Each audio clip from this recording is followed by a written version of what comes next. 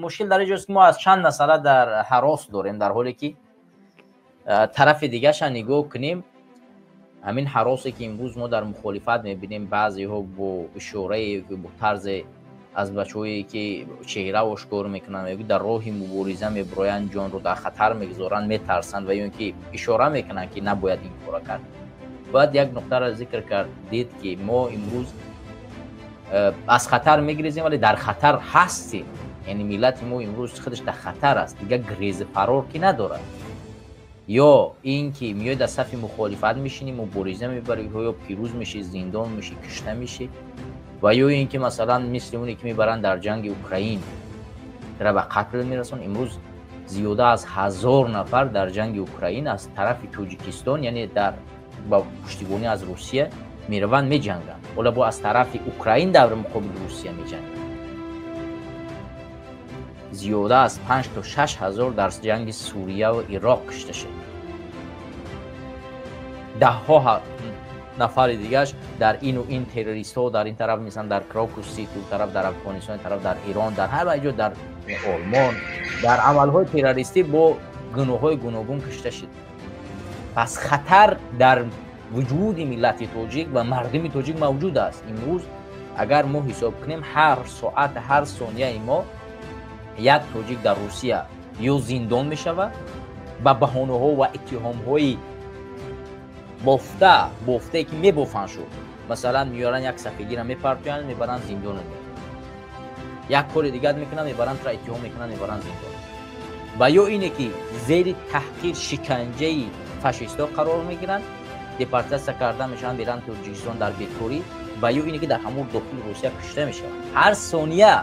پس خطر نه تنها در این است که تو میره در تاجیکستان شرفمندانه به خاطر ناموس ملت وطنت حد امکان پیش وجدانت بداری که به خاطر آزادی ملت و آزادی وطن برآمدی و تو را بردن زندان کرد. شاید این بخشاش مردم در نظر نمیگیره، این نکته ها را و این ارگومنت ها را نگاه نمیکنن. او طرفی که بله میروند زندان میشوند در این شکی نیست که بله قربانی است، ولی باید طرف دیگه شان نگاه کرد که ملت بدون اونم به هر راه و بهانه برده زندان و کشته شد یا نشد.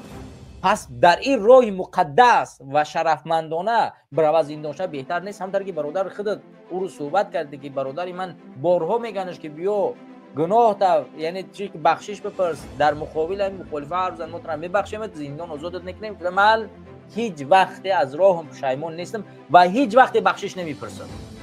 این معنای چی را داره؟ او پیش وجدانش پیش شرافتش چکار کرده است؟ قانع است، مطمئن است که هیچ خیانتی نه به خدا کرده است، نه به رسول کرده است، نه به ملت تاجیک کرده است، نه به وطنش کرده است. پس شرفمندانه زندان رو انتخاب کرده است و شرفمندانه در اوج میسته و ذلت را نمیپذیره.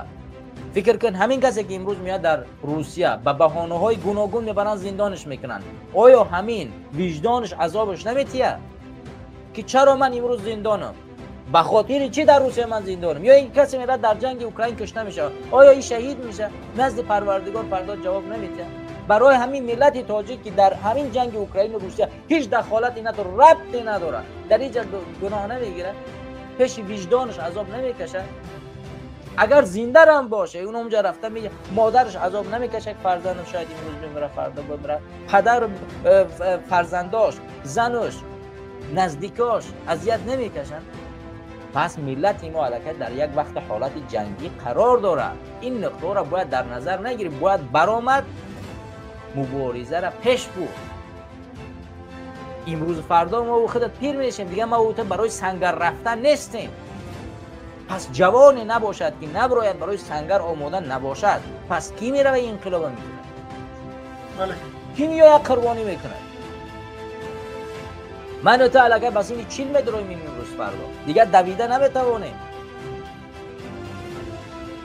ما از 23 سالگی ما در این راه برآمدیم.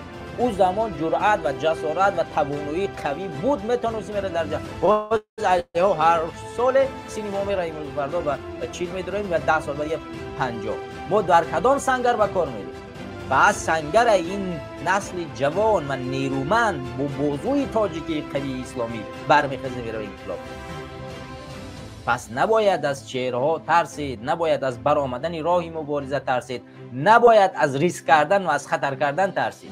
اگر همین روز در تاجیکستان یک ظالمی که میبروید یک خواهر مسلمانی تو رو اذیت میکنه، اگر تو جسارت پیدا کردی همون را لطکوب کردی 100 سال زندان میکنن. شرفمندترین مردم میرن 100 سال زندان میشن.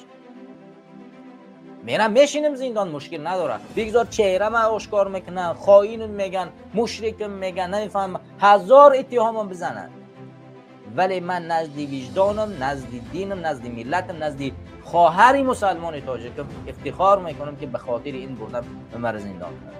این افتخار است. آیا من همین یک نفر را جزا دادم؟ آیا فکر کردی نفر دیگه جسارت میکنه این کارا میکنه؟ من اگر فردا انقلاب کردم دست اون نفر را که با این همین سید مکرم حمله کرد دستش میبوسم، دستش میبوسم. او قهرمان است. موفق شید نشید فرق نمیکند. همینه که برخواست به سید مکرم، به یک کثیف‌ترین انسان در تاجیکستان حمله کرد، این شرفمندانه بود و تاجیکانه بود. این هزارها فتوا برآورده است در مقابل همین ملت و همین دین، همین کشور. این شرفمندی است. این را جوانمرد میتونه بکنه، این را یک زن صفت نمیتونه بکنه. این را در پشت پرده بجا شده نمیشود کرد. این را باید جسارت مردانگی و چی را پیدا کرد که برآمد این کارا را کرد. پس نباید از زندان، از مردن، از شکنجه، نمیفهمم، از این اون ترسید. باید برآمد صحبت کرد، باید برآمد مبارزه بود، باید برآمد نقشه ها را بود که باید چیکار بکنیم. ما با برنامه‌های داریم خود مبارزه، ما خود میترسونیم مردم که نبراید که شما رو برید زندان، نبراید. خب از زندان چرا باید بترسم؟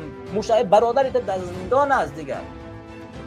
سهراب ظفر 30 سال زندان شد، نمیدونی زندان شد. در روز دادگاه و مادرش گفت که مادرم غم نخور، پروا نکن، من نه خیانت کردم، نه دزدی کردم، نه یگان تجاوز کردم کسی را، نه قانون را شکستم، نه به وطن نه به ملتم خیانت کردم. گفت کسی در پشت نیست، از اون مادر غم پروایی نکرد. بگذار کسی پشتی منم نباشد، ولی وجدانی من پشتی من هست، خدای من پشتی من هست. این برای من کافی است. اینا میگن شرفمندانه مبارزه بردن، اینا میگن شرفمندانه در راه ایستادن، اینا میگن شرفمندانه برای آزادی و آبادی وطن جنگیدن. خب وقتی خود جنگ میبرای چگونه مردم باید بترسونی؟ در جنگ دیگران رو میگو جنگ نیا. خب جنگ شهادت میخواهد دیگه. تو در جنگی دیگر را دعوت میکنی که برادر جنگ نیا که در اینجا خطر داره. خب تو چگونه مجاهد مبارزی؟ چرا دعوت میکنی پس؟ چرا مردم میترسانی؟ درست. نباید انسان ها را ترسان. جنگ جای ترس ندارد. اگر که جنگ نمیخوای نیا دیگه. این جنگ از جنگ امروزه همین است که میبروی میزنی، مبارزه میبری، یک پدر سوخته مثل سید مکرم جزا میدی. همین جنگ از خودش اینه ها. مبارزه از همین طور آغاز می شود.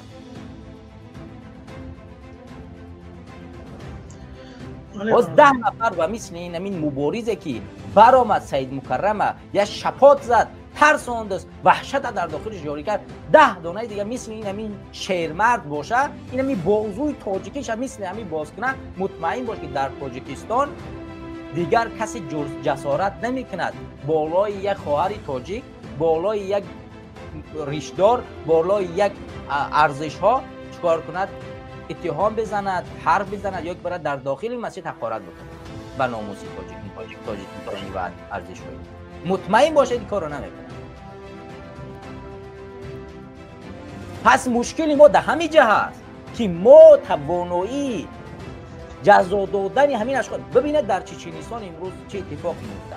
کوچکترین انسان همین قادر یک دیکتاتور است، ولی وقتی که با ملتش کسی که یک کار میکنه قربانی میتیه، 100 نفر رو روان میکنه که برای امر جزا بدی، میره 100 سال دیگه زندان میشنه، در همون زندان ها میشنه، به تاونه کمکش میکنه میبره رشد کنه، در همون زندان 6 است. ولی ملت چه دفاع میکنه کو؟ ناموس خواهر چه دفاع میکنه کو؟ کدام چچنی در روسیه امروز روسا میبرن اینقدر اذیتش میکنن، میزنن کوبشن، او رو به جوابگری نمیکشن. اول قادر ملت چه داشت 2 میلیون 2 میلیون 10 میلیون تاجیک در تاجیکستان. آخه ما امروز در برنامه اومدیم از چی حرف بزنیم؟ نه بروی که جنگ نکنی که در اینجا خطر بود. خبی ترس است دیگه آخه. ما مردم خیلی بس کنیم اگه بریم دیگه هممون. مورم چهره را بجا کنیم آخه. بکش ویدیو دا به ویدیو گپ زنیم اگه. تمامی پهلوهای مسئله هایی را که صحبت میکنیم باید طرف های مثبت و منفیشون در نظر بگیریم. ارگومنت ها را باید بیاریم در مابین و بسنجیم که وزن کدامش بالاتر است. وقتی در جنگی باید جنگید، باید مبارزه بود. آخه در جنگ رفتی شمشیر که نکشیدی میزنن گردن تا میبرن. جنگ رفتی میجنگی. بله. به همین اساس ما خواهش میکنیم که وقتی که نقاط را ذکر میکنید اول یک سنجش و تحلیل بگذارونید که همین حرف من میزنم آیا ضرر دارد به ملت بر روند مبارزه بر رسیدن به همین انقلاب یا که نه. آیا فایده من از ضرر بالاتر است یا کمتر؟ آیا نفع من برای مبارزه بیشتر است یا کمتر؟ اینا را پهلوهاشو باید سنجید. بدون سنجش برآمدن این نقاط رو زدن این ترساندن مردم است. خب بگیم که بگذار که مردم نبروین به چهره. آخه همین مردم به چهره چیکار کردن تو در طول 10 سال؟ کجا شدن؟ کدامش تو میشناسی؟ من میشناسم همین به چهره را. کدام کاری عملی در طول 10 سال کردن؟ در طول 10 سال مادری تا عذاب بکشه، پدری تا عذاب بکشه، مادری ما عذاب بکشه، پدر ما عذاب بکشه، تمام نزدیکای ما تا عذاب بکشن، در خارج در غربت بگردیم، اذیت بکشیم، هر روز استرس بشیم. بله همون پشت پرده در کجا انوخی؟ چرا یک کسی که امروز خونه تو میروه مادری تو اذیت میکنه، مادری تو نوار میگیره، در آبرو و در شان شرفش در چی میبره که بگه که بچه من آه کردم دیگه نیای همین بچه من یا که بیا نیای من تو آه کردم. چرا نروه همین کسی که به همین کار چی میکنه همون را جزا ندیه؟ پس همون آدم پشت پرده دروغ است و نیست و بدن نبدنش معلوم نیست. خب این برادر نوشته است که چهره نشان دادگان بسیار کردن کو اکو، یعنی منظورش که بسیار کار کردن. یعنی چیکار کردن؟ چهره نشان دادن منظورش به این یعنی به کنایه. یک برادر مبارز است نظریات خوبی می نویسه. نگاه که وقتی که حرفو به این مطلب یعنی خط به خط متقاعد میسازه که دیگرها برمدن حرف زدن به چهره چی شد که من برم؟ چیکار کردن اونا که من بکنم؟ وقتی که رسول خدا صلی الله علیه و سلم به میدان مبارزه برآمد دعوت شروع کرد، هر کسی که در کنار او به دعوتگر مثل همون شد؟ نه، جنگ کردن. برمدن یک از شمشیر در دستش گرفت، دعوتگر چهره قطعی برمد برفت دعوت کرد. کدام اونها پنهانی بدن؟ خیلی وقتی که در راه مبارزه برمدی دیگه میره جنگ میکنی. ما اگر نباشیم دعوت نکنیم تی پشت پرده از کجا نقشه را پیدا کنیم بری بجنگی؟ و بهانه گفتن لازم نیست. خودم مطمئن بسازی که اونا چیکار کردن که من برو بکنم. خب آشکار نمیتونی، توانایی صحبت کردن نداری، توانایی تحلیل کردن بررسی کردن رو نداری، پس مسئله پشت پرده ش نگاه کن. برو بگو برادر من امروز تواناییم این همین قدر است، من چیکار کنم؟ من مثلا زور من خدمت نکردم، نمیتونم برم یگان کار کنم ولی میتونم این قدر مبلغ بدیم برای این فلان کار اگر بشوه مثلا فلان کار. یک نفر دیگه میبره میگه که برادر من یک فرزند دارم و همسر من چی است، شاید من پشت پنجره برم، برای من مثلا 5-10,000 دلار در کار است که من به یک نقشه را اجرا کنم. و تو باید اون نقشه را خراجات او را به دست بدی. تو بعضی حالت‌ها انسان باید با تمام وجودش یا خدمت بکنه. اگر ایش نمیتونه دیگرش بتونه، دیگرش نمیتونه دیگرش بتونه. یعنی خطاب مطمئن دیگرو چیکار کردن که من بیام بکنم؟ من وقتی که رسید من میدونم چیکار کنم، ولی وقتش کی میرسه؟ هر روز دروغ میگیم وقت بیاید، کی میاید اون وقت ما خود میاریم وقت نمیاد بس پیش ما را. همون پروردگار میگه در سوره رعد ان الله لا یغیر ما بقوم حتی یغیروا ما بانفسهم. حالت هیچ زمان تغییر نمیکنه تا زمانی که ما تغییرات به وجود نیاره. این حالت ما کی تغییر پیدا میکنه؟ دروغ گفتن قطعی نمیشود برادر، فریب کردن قطعی نمیشود.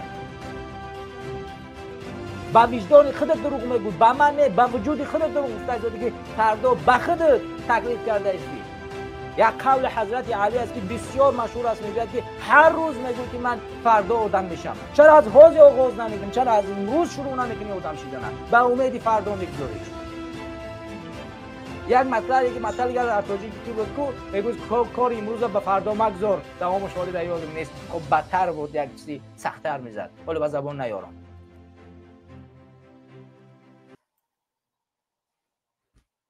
سلام علیکم، امیدوارم تان صحت سلامت باشید. برادران و دوستان و هموطنان عزیز، در کامنتار یا بنویسین اگر صدای ما باشد، ان شاء الله امین.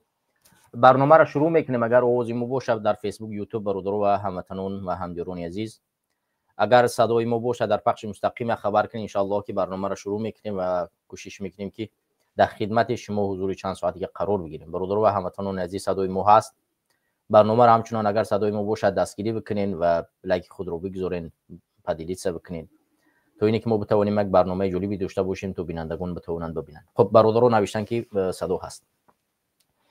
بسم الله الرحمن الرحیم، الحمد لله والصلاة والسلام علی رسول محمد و آله و اصحابه اجمعین، اما بعد. السلام علیکم خدمت همه شما همدیاران و هموطنان عزیز و گرامی قدرم. امیدوارم که هر کجایی که نباشین تن صحت و سلامت باشید. پروردگار همه شما را حفظ بکنه.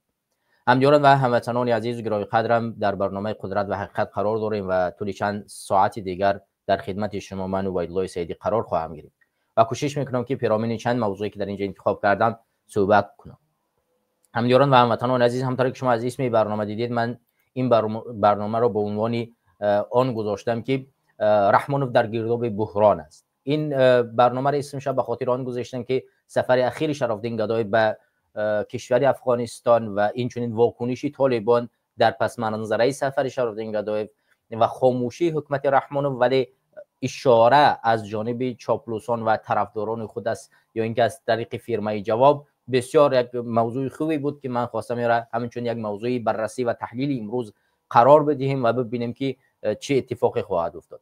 موضوع دیگری که ما در اینجا صحبت خواهیم کرد، موضوع صحبت تلفنی امام علی رحمانوف با رئیس ناحیه رشت و رئیس ناحیه تاجیک‌آباد است که در پس منظره زمین لرزه 13 اپریل صورت گرفت و این موضوع رو ما بررسی خواهیم کرد و صحبت خواهیم کرد. موضوع سومی که صحبت میکنیم پیرامون جنگ روسیه و اوکراین و این چنین انقلاب تاجیکستان است. چون ما وعده دادیم که در هر برنامه پیرامون انقلاب صحبت میکنیم، ولی در اینجا بازم موضوع اوکراین است که این وابسته کمی دارد و در این موضوع صحبت خواهیم کرد. چون در این هفته، یعنی 2 روز پیش، یکی از نوارهای در شبکه‌های اجتماعی نشر شد که یک جوان تاجیک با اونی که پایش زخمی شده است از در جنگ از درون‌های اوکراینی و در بیمارستان در شهر دنیتسک بستری بود، ولی دکتران نگاه نکرده به همینی که این انسان زخمی است او را روان کردن به جنگ دوباره، که خود اون جوان میگوید که حتی پایش تا اون درجه لطمه سخت خورده است که راه گشته ای ساز نمیداند، ولی دکتران مجبوری او را به جنگ میبرند. در این موضوع و دعوتی تاجیکان یا اینکه اجبار بردن آنها به جنگ در از طرف روسیه به اوکراین صحبت خواهیم کرد که چگونه زندانی ها را میبرند، چگونه مهاجران تاجیک را مخشوی میکنند و این چنین در موضوع انقلاب که این روند برای ما خیلی لازم است تا اینی که بتوانیم بیداری سیاسی و آگاهی مردم را بیدار کنیم. همدیاران و هموطنان عزیز و گرامی قدرم، در اولین موضوع ما بگذاریم موضوعی خیلی وسیع و روشنی که بسیار واکنش‌های تندی را در شبکه‌های اجتماعی به بر آورد. موضوع سفر شراف‌الدین گدای به افغانستان بود که در هفته گذشته با یک بیانیه و عکس از شهر کابل جنبش اصلاح داروش تاجیکستان بیانیه نشر کرد که در اون بیانیه ذکر کرده بود که شراف‌الدین گدای راهبر این جنبش به افغانستان برای گفتگو با یک مرکز تحقیقاتی در افغانستان، یعنی با دعوت اونها رفته است و در اونجا برای بهتر ساختن وضعیت جامعه مدنی بین افغانستان، جامعه مدنی افغانستان و تاجیکستان صحبت خواهد کرد. البته این موضوع واکنش‌های زیادی را داشت که از جانب حکومت امام علی رحمانوف هیچ واکنشی نشان نداد، اما در رسانه‌های خارجی خیلی زیاد غوغا برانداخت و زیادی رسانه‌ها از این نوشتند و این چنین جامعه تاجیکستان، یعنی که بیشتری این جامعه‌ای که امروز واکنش نشان میدن فیرمای جوابی از جانب حکومت تشکیل کرده شده که میرزا سلیمپور اگر اشتباه نکنم اون را اسمشون گذاشت فیرمای جواب، که اونها واقعا در هر یک حالتی که میآید یک جواب و یک واکنش تندی خواهند داشت واکنش کردن و این جانب از جانب مخالفان تاجیک نیز از بعضی هایش خوب پذیرفتن نشد و حتی تنقید خیلی سختی را انجام داده شد. ولی بازم تنقید از تعریف و تعارض صرف از جانب دیگر مخالفان که از روند مبارزه تاجیک‌ها یا که مخالفان خسته شدن بسیار مورد پذیرش قرار گرفت و مردم این را خیلی خوب پذیرفتند. و همچنان در نظریات ها و در بیشتر جاهایی که اکثرا مبارزان و مخالفانی که این سفر را بررسی میکردن و روند او را میآموختند واقعا هم مورد پذیرش مردم قرار گرفته بود. ولی بعضی ها حالا شماره اندکی که در بعضی از حزب‌ها و حرکت‌ها اونها را به اسم همطوری که المز دست آگیرک رو میگه که چاپلوسانی مخالف که پیدا شدن امروز چاپلوسی میکنن خوش نآمد، شاید نپذیرفتن از این. ولی به هر صورت ما این را میگذاریم به دست اون دست آگیرک ها، اونها خودشون میدونن و پذیرفتن، چون اونها فقط چیزی رو میپذیرن که راهبر یک حزب که تعلق به خود آنها داشته باشد. چون در حکومت امروزه رحمان فهم دستاوردها تنها به خاطر یک نفر باید باشد. اگر دستاورد امروز از جانب رحمان بود، اینها باید فقط چیکار کنند؟ دستاورد فقط از جانب یک نفر، اونم همونی که اونها میپذیرنش. ولی دستاورد از جانب اگر یک حزب مخالف، یک تاجیک دیگر باشد، برای اونها پذیرش نیست و هیچ وقت پذیرفته نمیشه. به همین خاطر ما برمیگردیم به سفری اصلی شرافالدین گدای به افغانستان. شرافالدین گدای به افغانستان سفر کرد و در افغانستان دیدار کرد با یک تشکیلات داخلی که برای جامعه، یعنی بهبود ساختن جامعه مدنی ملاقات کرد و با اونها صحبت کرد. این ملاقات گفته نمیشه شد از جانب اصلاحات که چند مدت دوام میکند، ولی همونطوری که ما دیدیم طول 5 روز به نظر شرافالدین گدای در افغانستان بود و در افغانستان با نهادهای گوناگونی، نهادهای محلی یعنی حکومتی محلی صحبت کرده شد. در بیانیه شرافالدین گدای فهم این گونه اشاره کرده شد که این سفر به خاطر تحکیم جامعه مدنی است و پیشگیری از خطرهایی که به مانند داعش خراسان و امثال اینهاست. اما زیاد کارشناسان به این نظرند که سفر شرافالدین گدای مخصوصا به دعوت طالبان صورت گرفته، چون اگر حکومت طالبان هیچ دعوت نکنن، هیچ شخص، هیچ گروه، حزبی نمیتواند وارد افغانستان شود و مخصوصا در افغانستان با یک دبدبه او را ملاقات کنند، برای او در تلویزیونی اصلی افغانستان که پربیننده ترین تلویزیون افغانستان یعنی تلو نیوز در اوجا برای او منبر بتین و برای او اجازه بدین که بتونه در افغانستان آزاد قدم بزنه و در افغانستان آزاد مصاحبه بتید و در اوجش با شدت حکومت امام علی رحمانوف را تنقید بکند. از دیدگاه بعضی از کارشناسان این با دستور خود حکومت طالبان یعنی پذیرایش از مخالفان تاجیک صورت گرفته است تا اینه که یک روند دیگری رو در افغانستان تشکیل بکنن، همونطوری که در اون طرفی هم یعنی در حکومت تاجیکستان روند مخالفانی حکومت امروزه افغانستان دیده می شود، از جمله جبهه مقاومت ملی با راهبر پسر احمد شاه مسعود، احمدی مسعود در تاجیکستان است و اینچنین جبهه آزادی که راهبرش اسمش یادم نیست، اینچنین در تاجیکستان نمایندگی دارد و این نشانداد آنی است که حکومت طالبان یعنی زیاد کارشناسان به این نظرند که با مخالفان حکومت امام علی رحمانوف در تماس برآمدند و با اونها اجازه دادند که اونها را بتوانند فعالیت رسمی خود را در داخل کشور افغانستان انجام بدهند و بتوانند از این طریق یعنی که نزدیکتر به کشور همسایه یعنی به تاجیکستان تاثیر بگذارند. حالا بعضی ها به این عقیده هستند که چرا افغانستان، چرا کشور دیگری نه؟ دوستان و هموطنان عزیز، شما یک باید بدونید که کشور افغانستان چند مهمیت خاصی داره که من این رو برای شما ذکر میکنم. مهمیت خاصی اولش این همزبان بودن با ماست. همزبان بودن با ما چی تأثیری میگذارد؟ ببینید مثال عادی میزنیم. اگر که یک مخالف تاجیک امروز سفر میکرد به کشور قرقیزستان همسایه، ازبکستان همسایه، چینی همسایه مثلا، در این کشورها اگر در تلویزیون ها هم برآمد میکرد، صحبت هم میکرد، مورد پذیرش مردم تاجیکستان قرار نمیگیره، زیرا مردم ما تلویزیون های اون کشور را اهمیت نمیدن، تماشا نمیکنن.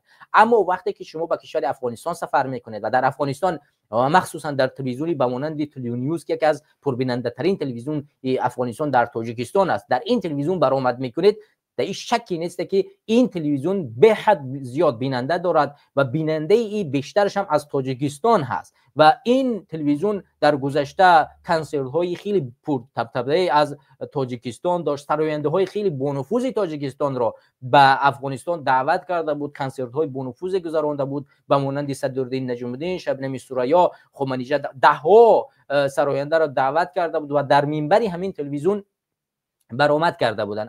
از این جانب می شود گفت که یعنی این تلویزیون در تاجیکستان پربیننده ترین تلویزیون افغانستان است و از این طریق رسانیدن معلومات و فکر مردم به جامعه عادی که به اینترنت دسترسی ندارند فقط از طریق تلویزیون های ایرانی و این تلویزیون های افغانستانی تماشا و یا که نگاه میکنند بسیار فایده آور است و میتواند تأثیری به جامعه ما بگذاراند. این یکون نقطه فایده اش که میتواند فایده دقیق داشته باشد.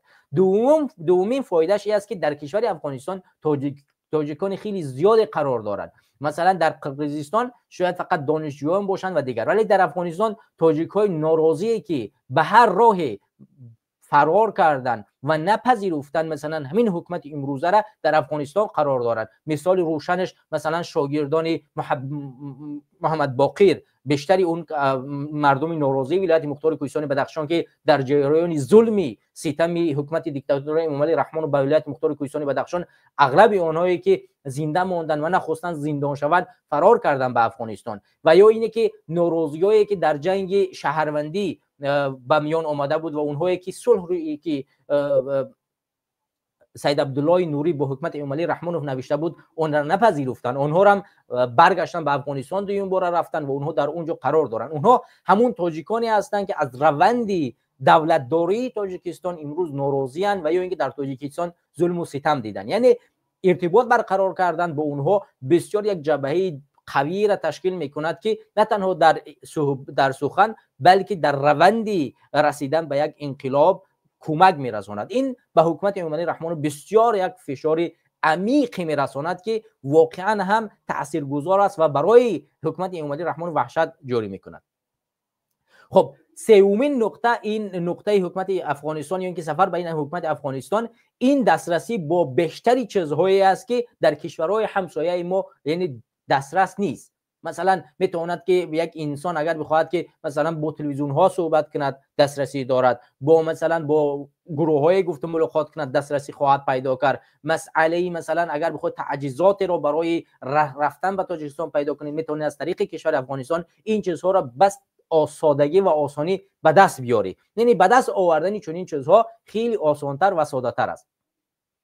نقطه چهارمش این روندی که عین حال بین حکومت افغانستان و تاجیکستان، یعنی حکومت امروزه افغانستان طالبان یا جریان طالبان میشه اسم گرفت و حکومت تاجیکستان است که اینها با هم در عین حال در وقت نزاع قرار داره. یعنی اینش یک دیگر است. یعنی حکومت طالبان شاید مشکل به حکومت تاجیکستان نداشته باشد یعنی در ظاهر، ولی در باطن اگر ما داخل شویم پذیرفتن مخالفان حکومت طالبان در تاجیکستان خودش علاقه نشاندادی آنی است که حکومت طالبان راضی نیست از حکومت تاجیکستان و این چنین نگاه داشتنی گروه انصارالله و بخشی از ناراضیان ولایت مختار کوهستان بدخشان در افغانستان و علاوه بر این منبر دادن و دعوت کردن از یک مخالف سیاسی حزب مثلا جنبش اصلاحات تاجیکستان در تاجیکستان خودش نشان دادی آنی است که یعنی نه این طرف راضی است و نه اون طرف راضی است. اینها هم با یکدیگر در یک حالت ناگواری قرار دادن و کوشش میکنند که این مشکلات رو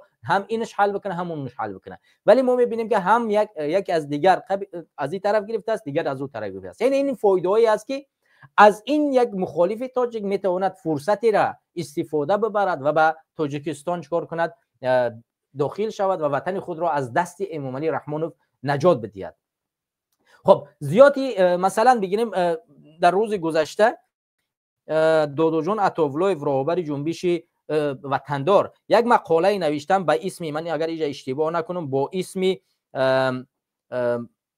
یا بله یا بله یا بلا و بسیار مسئله نازکی را در اینجا اختراع کردن و کسانی که میروند به کشور افغانستان و در اونجا کوشش میکنن یک جبهه عملی تشکیل کنن و یا اینکه یک صحبت داشته باشن با جامعه مدنی تاجیکان اونجا و یا اینکه یک هماهنگی بسازن با اون طرف، اینها را همچون یک خیانتکار یا اینکه به اصطلاح در دامن حکومت طالبان شمارید و حتی به اون درجه که گویا با هیبت الله یا اینکه راهبر طالبان یعنی بیعت کرده باشن، یعنی تو این درجه را خیلی تند و سختی گفت. البته این مسئله یک مسئله است که باید ما همه طریق ها را نگاه کنیم، همین طریق رفتنی تاجیکستان وارد شدن و مخصوصا مخالفانی که امروز در خارج قرار دارند، باید ما این مسئله را خیلی دقت بدیم و اهمیت بدیم که ما چرا باید به افغانستان، نمیفهمم قرقیزستان، ازبکستان، چین، باید همه راه ها را ببینیم، دسترسی پیدا کنیم که بتوانیم به اون طرف داخل شیم و تاجیکستان را از این نسل بدی که عین حال تاجیکستان را اداره میکنند، یعنی نسل ایمانی رحمانوف، باید نجات بدیم. و اگر ما این کوشش را نکردیم، دانسته بگیرید که تاجیکستان به یک بدترین، یعنی به یک جنگ طولانی مدت تبدیل می‌یابد و دیکتاتور همین طریق در سوریه حالت را بدتر ساخت و گروه‌های از هر گونه از هر جای پیدا شدند و اومدن در داخل اون کشور دهات گروه‌های گوناگون و کشورهای بالقدرت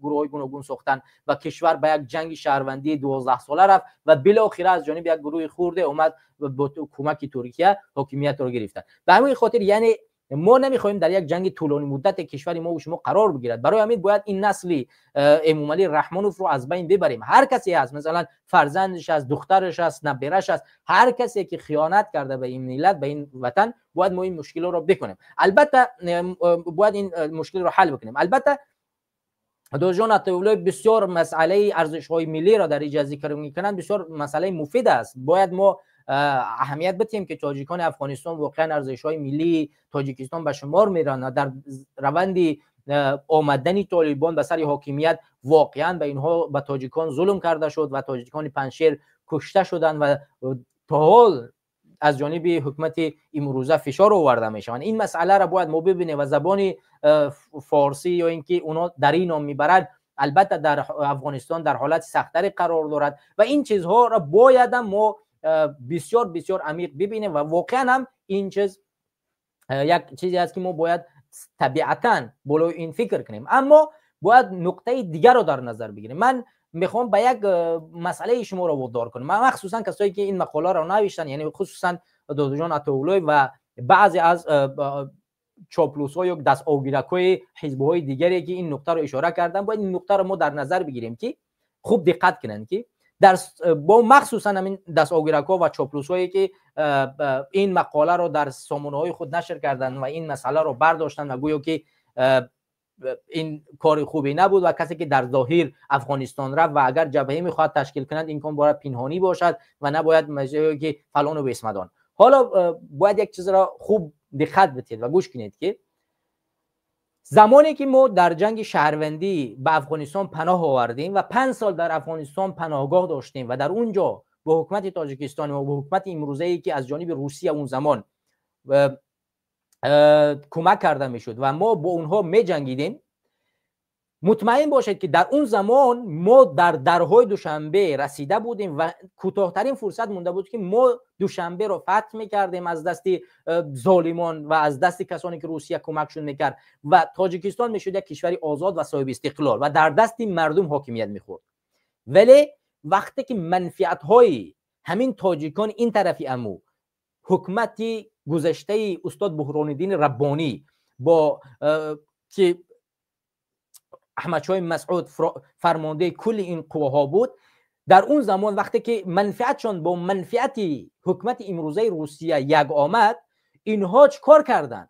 در اینجا تصمیم گرفتن که تاجیکانی که نزدیک بود دوشنبه رو میگرفتن و تاجیکستان رو آزاد میکردن بفروشن به روسیه و مجبور ساختن که با حکومت دیکتاتوری و با روسیه صلح بکنن و تاجیکای همین مخالفا رو مجبور ساختن و ما اومدیم با این حکومت همونم 30 در 70 50 در 50 هم نه با همین حکومت ظالمی که 150,000 نفر را با کمک روسیه قتل کرد، صلح کردیم و رفتیم در تاجیکستان 30% که برای ما وعده دادن او را گرفتیم و همون 30% ایدم که بعدا به خیانت تبدیل گشت و هیچ چیزی در دست مردم نرسید. یعنی همین تاجیکانی که ما امروز بعضی ها اینقدر ارزش های ملی میدونن، تو اون درجه رو پایان فرمودن که نمیبینن که بعضی حالت ها برای یک هدف بزرگتره باید ما کوشش کنیم که حتی از راه دشمنم باشد باید بریم استفاده کنیم، وطن خود رو آزاد بگردونیم. نمونه آزادش سادهش همین است. تاریخ گواه است که آنها برای منفعت خودشان ما را فروختن تا اینه که وطن خود را چیکار کنن؟ نجات بدهند، از روسیه کمک بگیرن و در مقابل طالبان بجنگن. و حالا ما چرا باید از همین طریقی که اینها برای ما تاجیکا خیانت کردن ما را استفاده نکنیم، تاجیکستان را نجات ندهیم؟ این خودش یک فرصتی است که ما میتوانیم استفاده کنیم و بریم تاجیکستان را نجات بدیم. اگر امروز هر کشوری برای ما و شما امروز توانایی و اجازه بدهد که ما برای شما اجازت میتیم که به تاجیکستان از طریق زمینی وارد شد و برای وطن خود را آزاد بگردانید، از هر راهی نباشد، اگر به رسمیت شناختن اون کشور باشد و یا اینکه یک شرط‌های دیگه‌ای باشد که ما او را بپذیریم، بیرون کردن مخالفاش و امثال این چیز، چرا باید نپذیریم؟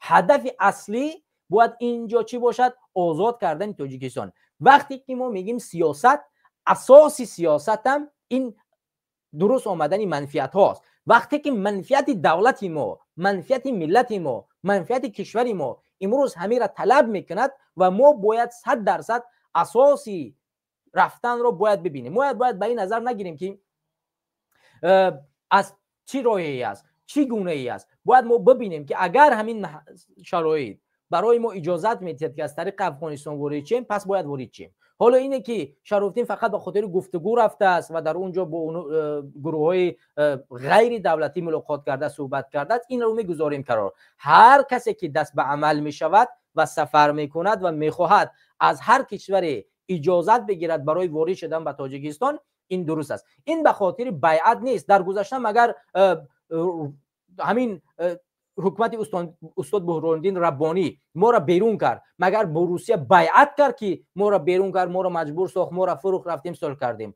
نه، فقط اینه که از روسیه کمک میگرفت، ما را مجبور ساختن و چیکار کردن؟ رفتن در دامنی همین حکومت دیکتاتوری امامعلی رحمان رو پرتافتن و در دامنی حکومت روسیه پرداختن و ما را اینها خوردن و امروز همون مخالف و همون جبهه ها، همون آزادی که امیدی مردم از بین برده شد و هیچ کسی این چیز را نمیبیند. به همین خاطر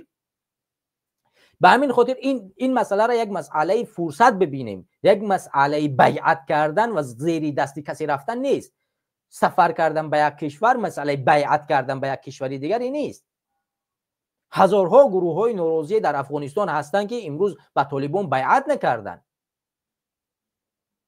فکر میکنید که همین گروه های مخالفی که امروز در افغانستان هستند همه این به طالب بیعت کردن؟ هر کس جبهه خودش را دارد و هدفش آزاد کردن وطن خودش است و هیچ گونه و هیچ حزب و حرکت چکار نکرده است، بیعت نکرده است.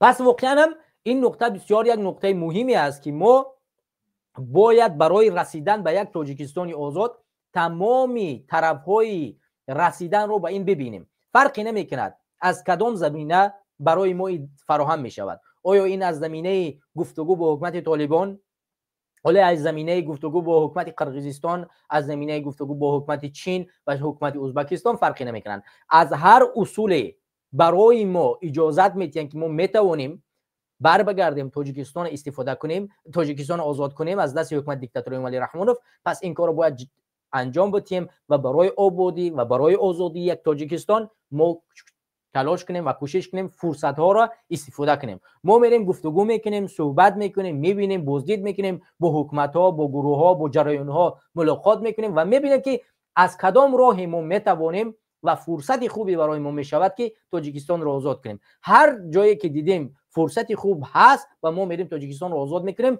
پس اون فرصت رو باید از دست ندیم. اگر این فرصت رو از دست دادیم، مطمئن باشه که آینده ما چیکار نمیکنیم؟ تاجیکستان رو آزاد نمیکنیم. باید اکثرا کسانی که امروز این ادعاها را میکنن، این لطمه ها را میزنن که خب چرا افغانستان، چرا او به افغانستان سفر کرد، پس باید به خود یک بار بنگرند که چرا خود شما در طول 10 سال، در طول 20 سالی که در مخالفت هستید، در اروپا هستید، چرا نتوانستید به یک کشور همسایه سفر بکنید و یک گفتگوی را انجام بدید، به یک سفارت یک کشور سفر ندر اومدید و گفتگو کنید که برای شما فرصتی برای وارد شدن به تاجیکستان بدید. یک کاری عملی، یک گام عملی نبرداشتید در اون چیزی که ما بتوانیم بریم تاجیکستان رو آزاد کنیم. پس نرفتنی شما، نرفتنی مخالفان و همون به اصطلاح کوچگی کونی خود را نبرداشتن از زمین، از روی کوربچه و یک جا سفر نکردن، خودش نشاندادی آنی است که به امیدی چنین یک مخالفت الکی ایمیج سیاسی مخالفان اروپا از بین می رود. برای این کار کردن ما وقتی طولانی نداریم، ما الکی 10 سال وقت رو از دست دادیم. ما اگر همین گونه ادامه کنیم، مگر عمرمون مثل یک تعداد انسانایی که الکی در اینجا عمرشون از دست رفت، عمرمون از دست میرود. دیگر برای جبهه، برای جنگیدن، برای رفتن آزاد کردن توانایی نخواهیم داشت. بعضی‌ها امروز سنشون به 60 70 رسیده است، اونها نمیتوانند دیگر در کوه پیشته براین و برون تاجیکستان را آزاد کنند. اونها برایشون اینجا نشستن و حرف زدن است. پس عمل را کی میکند؟ عمل رو من، تو و این جوانایی که امروز در صف مبارزه هستند و نیت دارن بروان وطن خود را آزاد کنن و آباد کنن. پس ما باید تمامی تلاش ها را بکنیم، جبهه ها را تشکیل بکنیم، امید رو قوی بسازیم و بریم تاجیکستان رو آزاد کنیم. همداران و هموطنان عزیز، من چند نقطه از همین حالت ها را برای شما میگذارم. حالا حکومت امامعلی رحمانوف در روند سفری شرافالدین گدای به افغانستان هیچ واکنش نشان نداد. تنها فیرمه جواب، همون چاپلوسان و دست آوگیران حکومت دیکتاتوری امامعلی رحمانوف در سامانه‌های مجازی خود، فیسبوک از جمله، زیاد مطلب‌های تحقیرآمیز، خب دیگر نمیدونم از هر جای استفاده بردن و بعضی از مخالفان هم به این اندازه چاپلوسا لگن برداشتن، هر حرفی زدن، اما حکومت تا امروز هیچ واکنش نشان نداد. بیایید من واکنش حکومت افغانستان را به شما برسانم. از سپوتنیک یک مقاله نشر شدگی است. من این از سپوتنیک به سمت شما را برسانم. همطوری که شما در روی اکران خود میبینید، این سامانه سپوتنیک است و در سامانه سپوتنیک از مسئله افغانستان یا واکنش حکومت افغانستان آمده است. من این را به سمت شما میرسونم. مجاهد یادآور میشیم که سخنگوی گروه طالبان است. روابط افغانستان با تاجیکستان مثبت است و هیچ مشکلی وجود ندارد. اینجا را ببینید. حکومت طالبان ادعاها کرد که از خاک افغانستان هیچ گونه آسیبی به تاجیکستان یا سایر کشورهای همسایه وارد نخواهد شد. ذبیح الله مجاهد، سخنگوی حکومت طالبان، روابط با تاجیکستان مثبت توصیف کرده و تاکید کرد که هیچ مشکلی در رابطه با این کشور وجود ندارد. اطلاع داده از خبرنگار تولونیوز یادآور میشیم که همون تلویزیونی است که در هفته گذشته شرافالدین گدایف، رهبر جنبش اصلاحات و رشد تاجیکستان، مصاحبه داد و با شدت حکومت امامعلی رحمانوف را تنقید کرد. اطمینان میدهم که از خاک افغانستان هیچ گونه آسیبی به تاجیکستان یا سایر کشورهای همسایه وارد نخواهد شد. همچنان موضوعات امنیتی و مرزی میان دو کشور بر اساس اصول بین دولتی مد نظر قرار گرفته می شود.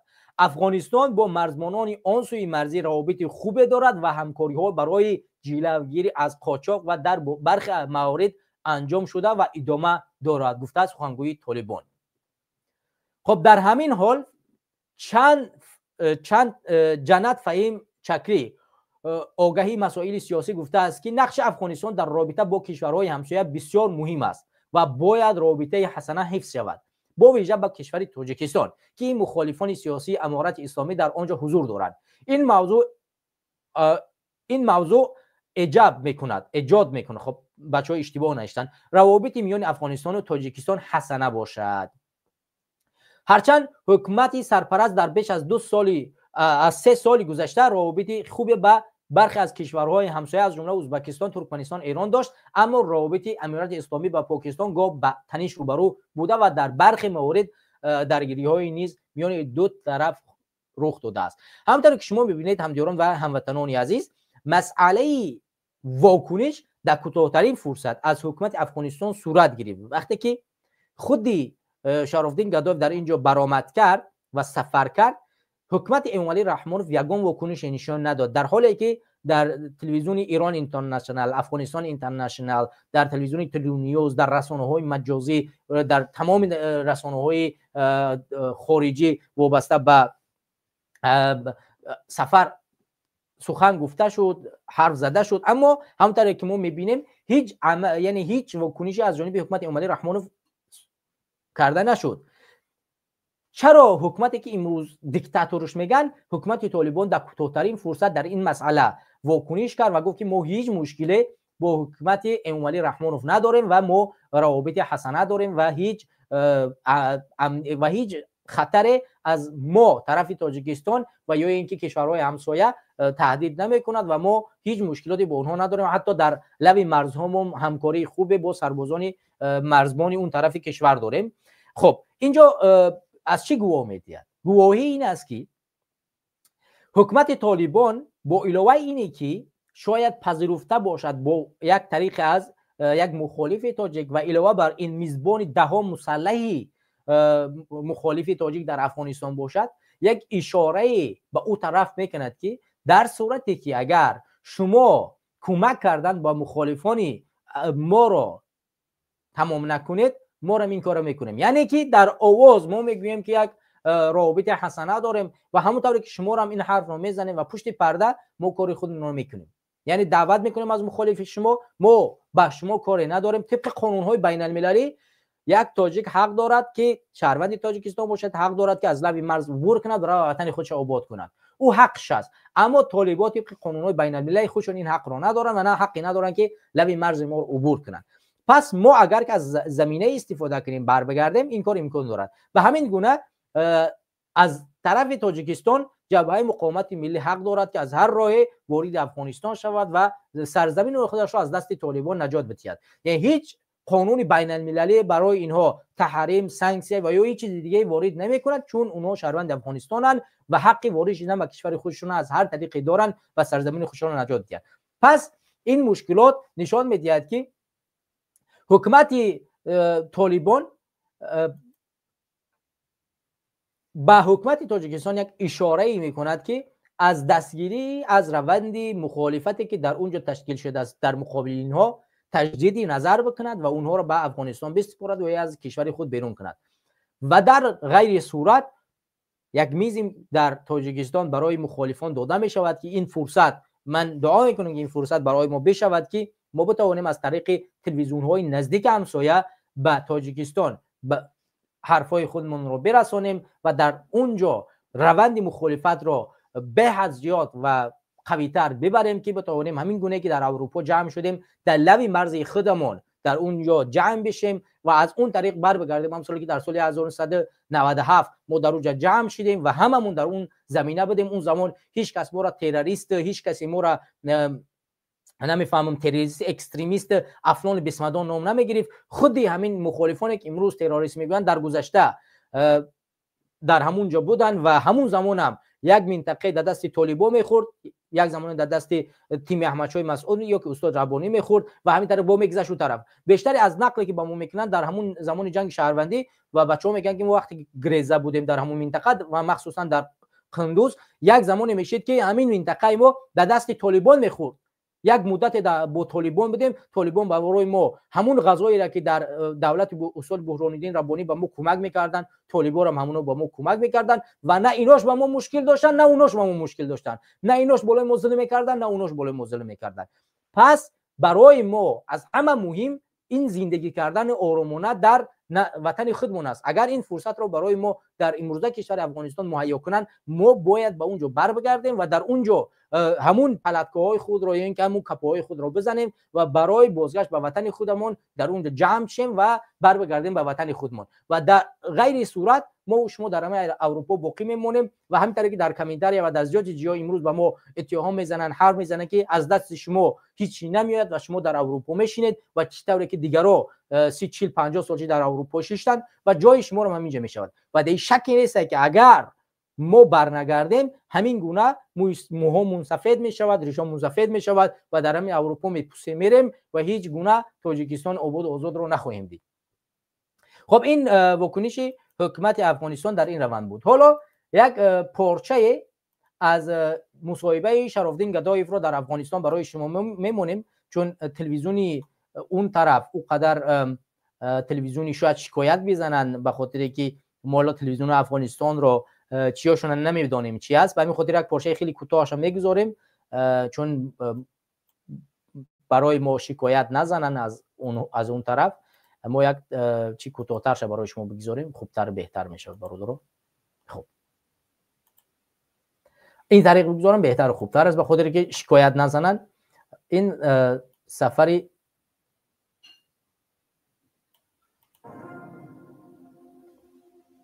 افغانستان در کانون نگران کم یک بلندترش کنیم برادرها، ببخشید.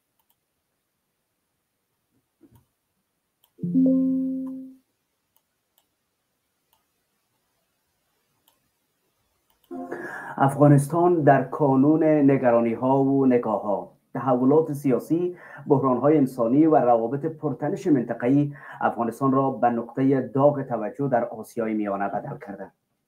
در چنین فضای همسایگان چه نگاهی به آینده افغانستان دارند و اپوزیسیون های منطقه چه نقشی می توانند ایفا کنند؟ در گفتگوی با شرفالدین گدایف رئیس جنبش اصلاحات و رشد تاجیکستان از چشمانداز منطقه به وضعیت افغانستان مینگریم. به نام خدا و سلام بر شما، من شمس امانی هستم. آقای گدایف خیلی خوش آمدین به طلوع نیوز و همینطور به افغانستان. درود و سلام به شما، درود و سلام به تمام مردم افغانستان. من بسیار خوشحال هستم که شما ما را به استودیو خود دعوت کردید. سپاسگزار شما، ممنون شما. اجازه بدین اول در مورد هدف سفردان به کابل از شما بپرسم که در این سفر چه اهداف را دنبال میکنید؟ هیئت جنبش اصلاحات و رشد تاجیکستان طی 3 روز اخیر است که در کشور افغانستان حضور داره. ما با مرکز تحقیقاتی غیر دولتی برای مرکز گفتمان سحر از نام راهبر این دعوتنامه گرفتیم، فضل رحمان اوریانی. در این مدت 3 روز ما با چندین سازمان ها و تشکیلات های غیر دولتی و سازمان های جمعیتی گفتگوها و ملاقات ها داشتیم و بسیار ملاقات های سازنده و ملاقات های بسیار خوب بوده. This incredible mold remover gel can restore your bathroom and بخشش دوستان، من باید این رکلام را به طرز بگذارونم که برای کانال ما مشکل ایجاد نکنن. من نمیفهمم چرا تلویزیون دولتی رکلام دارن. ببخشید بچه‌ها، به خاطر که این در روند چی خلل میرساند بعداً. خب بخشش بچه‌ها.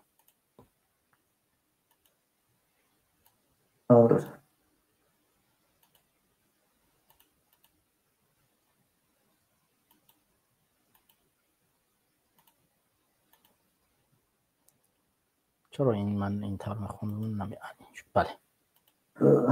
هدف ما بر افغانستان آوردن تقویت بخشیدن بین جامعه مدنی تاجیکستان و افغانستان است و ما به این باور هستیم که این دو مملکت در کارهای افغانستان انجام میدن. ولی اگر از کشورهای منطقه یاد بکنیم آقای گدایف، شما میدونید روسیه با امارات اسلامی 3 دهه است. کی است؟ فکر میکنید شما ابتکار عمل در دست خودشان نیست؟ بیشتر سفر میکنن کیا به تاجیکستان بیشتر ولی تاجیکستان خودش از ناحیه داعش به هر حال تهدید احساس میکنه و اون طرف شما میبینید که یک نگاهی وجود داره که داعش پناهگاهش در پاکستان است.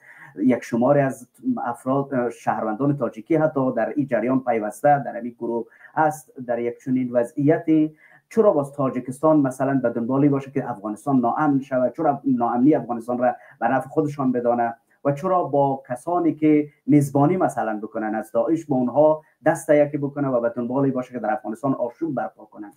ببینید شما میتونید در یگان وقتی چون سیاست های اونها هم میخیل است، شما یک دست دارن که دستی نیکی نشان میده، یک دست دیگه دارن که دستی بدی است و اونها به خاطر سیاست های خودش نارام ساخته و از اینها منفیت گرفته، میگن در اوشد آبالایکم مایشه گیر، اینا همین خیلی میکنن.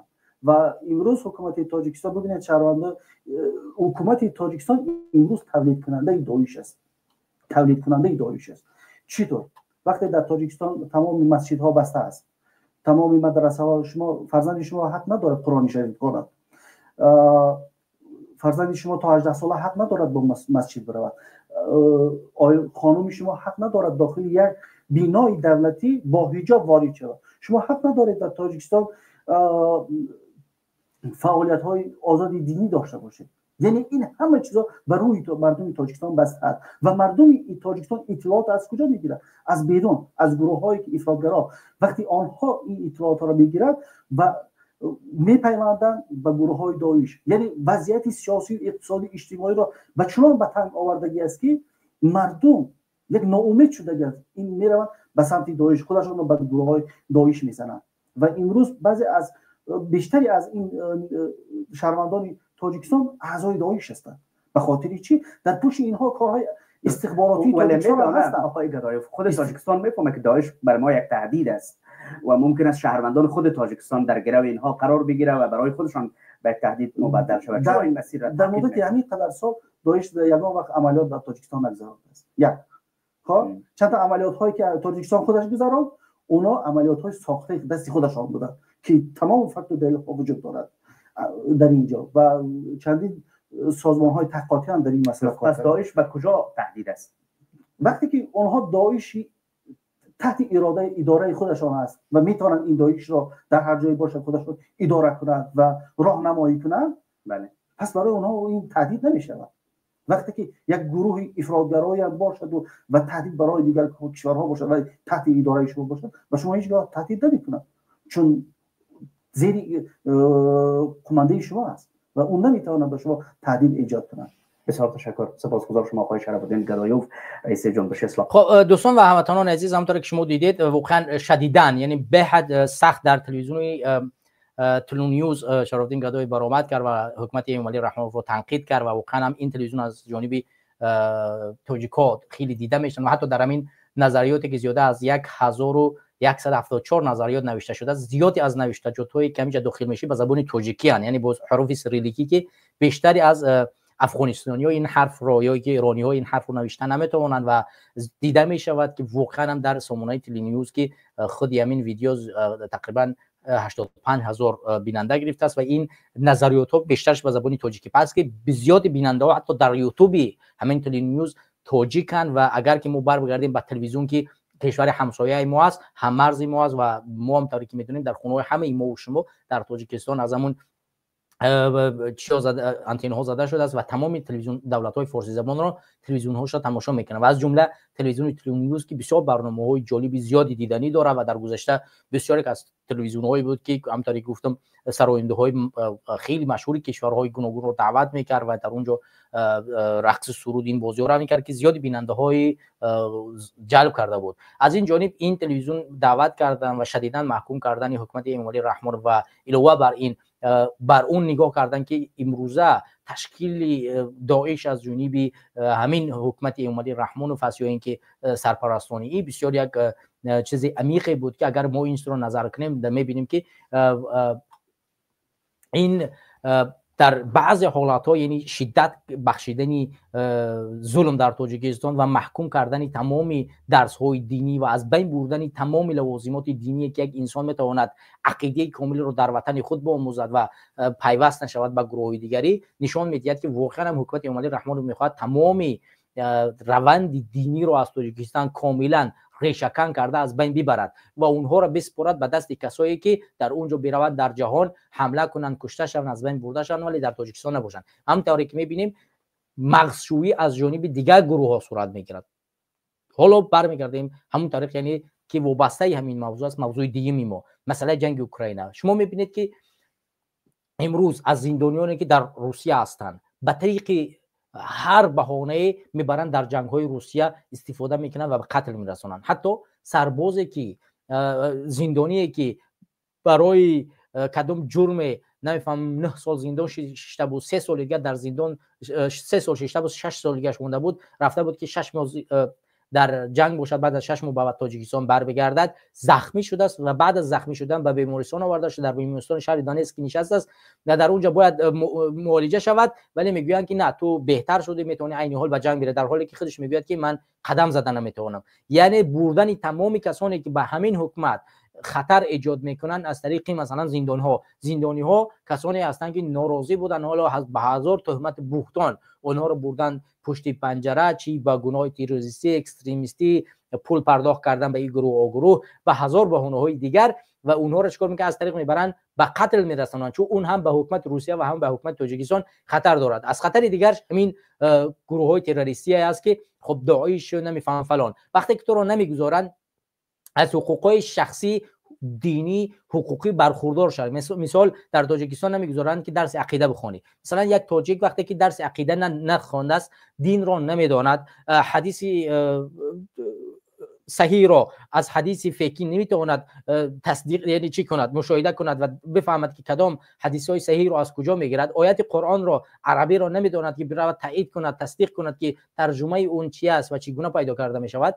وقتی که او به خارج کشور میاد، در خارج کشور اون مفکوره درست یعنی بزرگی سامانه های مجازی که از جمله یوتیوب و فیسبوک هستن که گروه های بعضی که مخشویی میکنن بسیار نفوذ زیاد دارن، اونها درس میتین، اونها عقیده های این جنگ و وحشت رو درس میتین. وقتی که تو با اونها وارد میشه اینجا میای، وقتی تو رو درس میتین، تو عقیده در تاجیکستان نخوندی، تو تصدیق کردن کدوم آیتی را در تاجیکستان نخوندی، درست شماریدن یگان حدیث را که چگونه این درست است یا غلط است این رو پیدا نکرده. وقتی که به خارج میای در دامن کیها میغلطی؟ در دامن کسانی که تو را به داعش میپیوندونن، تو را نمیدونن به یک گروه تروریستی و عاقبت چیکار میکنی؟ میری در یک جا دیگه کشته میشوی. کشته شدن شما از اینجا صورت میگیرد و این به حکومت امالی رحمانوف چیکار میکند؟ کمک میکند و صدا دادن این مسئله از تلویزیون دولتی، از تلویزیون تلی نیوز که در افغانستان قرار دارد و در تاجیکستان به خیلی زیاد بیننده دارد، واقعا یک مسئله مهمی است که حکومت امالی رحمانوف را امروز چیکار کرده است؟ واقعا در یک حالت ناگواری قرار داده است. همین اکنون یک مقاله دیگری نشر شد در رادیوی آزادی از مسئله پست جاری کردن در مابین تاجیک، یعنی در تاجیکستان علاقه پست بانگاهای نظارتی ایجاد کردن، دید بانگاهای نظارتی. من این را از رادیوی آزادی به سمت شما برسانم تا اینکه ما بتوانیم با هم این مسئله را ببینیم. همینطوری که شما میبینید این مسئله در تاجیکستان عین حال با میان اومد. همونطوری که میبینید 3 ساعتی پیش نشر شدگی است. خب 3 ساعت پیش در رادیوی آزادی نشر شده است. دیدبانگاهی نوی سرحدی در بین پنج و فرخار. حتی ببینید در بین پنج و فرخار دیدبانگاهی سرحدی ساختن. دیدبانگاه سرحدی این پستایی که نظارت میکنه ایناست. گوش کنید. بیاد از رادیوی آزادی همین را بمونیم، ویدیو را بهتر خوبتر است که شما این طرح خوبتر میبینید از اونی که من برای شما بمونم. دیدبانگاه نزد شاهراه فرخار 5 آن در موضع معروف به 18 گردش قرار دارد. دیدبانگاه را سربازان مرزی نظارت میکنند. هر شخصی که از ناحیه 5 به فرخار یا برعکس حرکت میکند باید حجتی تصدیق کننده شخصیش را با خود داشته باشد. برخی از ساکنان که طریق این راه به 5 سفر کردند میگویند از آنها شناسنامه پرسیدند. اول خیلی پست نبودن، نوشته تشکیل کردن این پست را. همین دو رفتیم که همین سالتا پرسیدن پاسپورتمون نشان دادیم، رفتیم به مشکلی. تا کنون در این راه پستگاه مرزی وجود نداشت.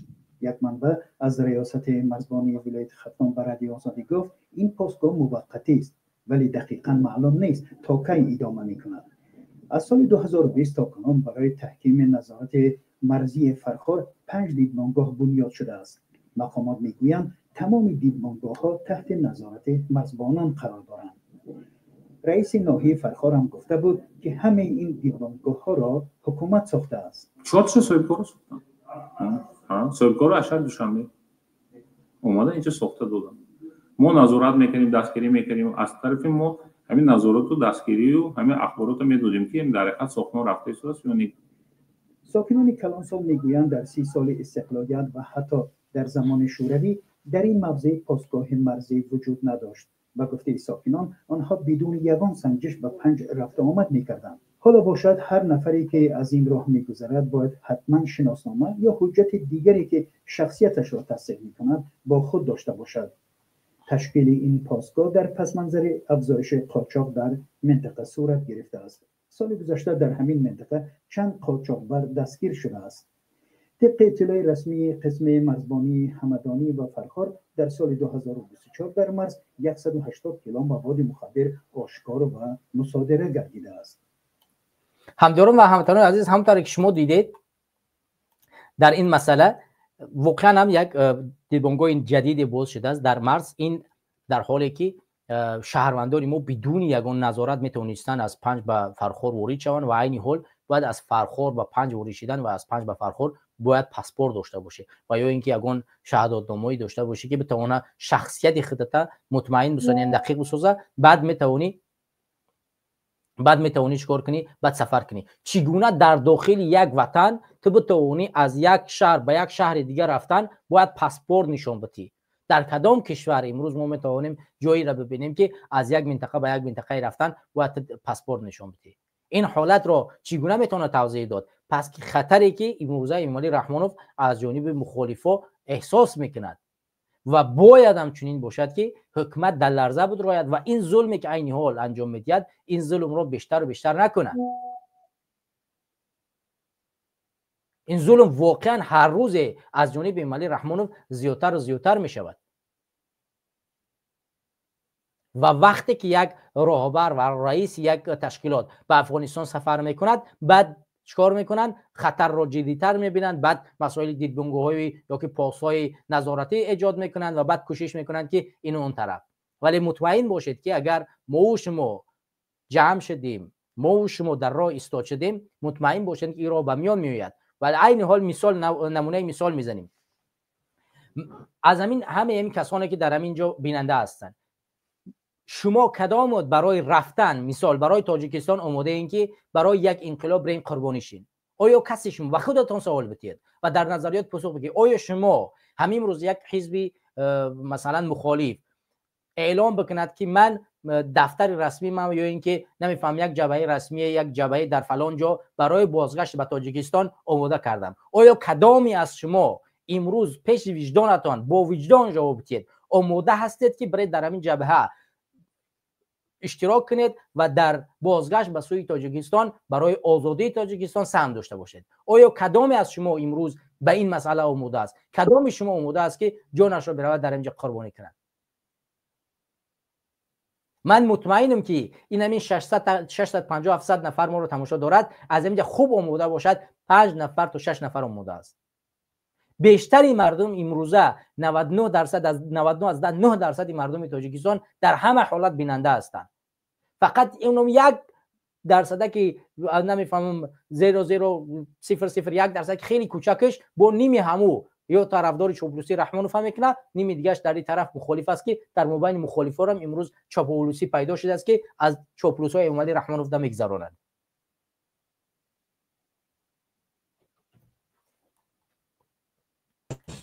سلام علیکم برادر علی، بفرمایید. علیکم السلام و رحمت الله و برکاته. علیکم السلام، بفرمایید برادر.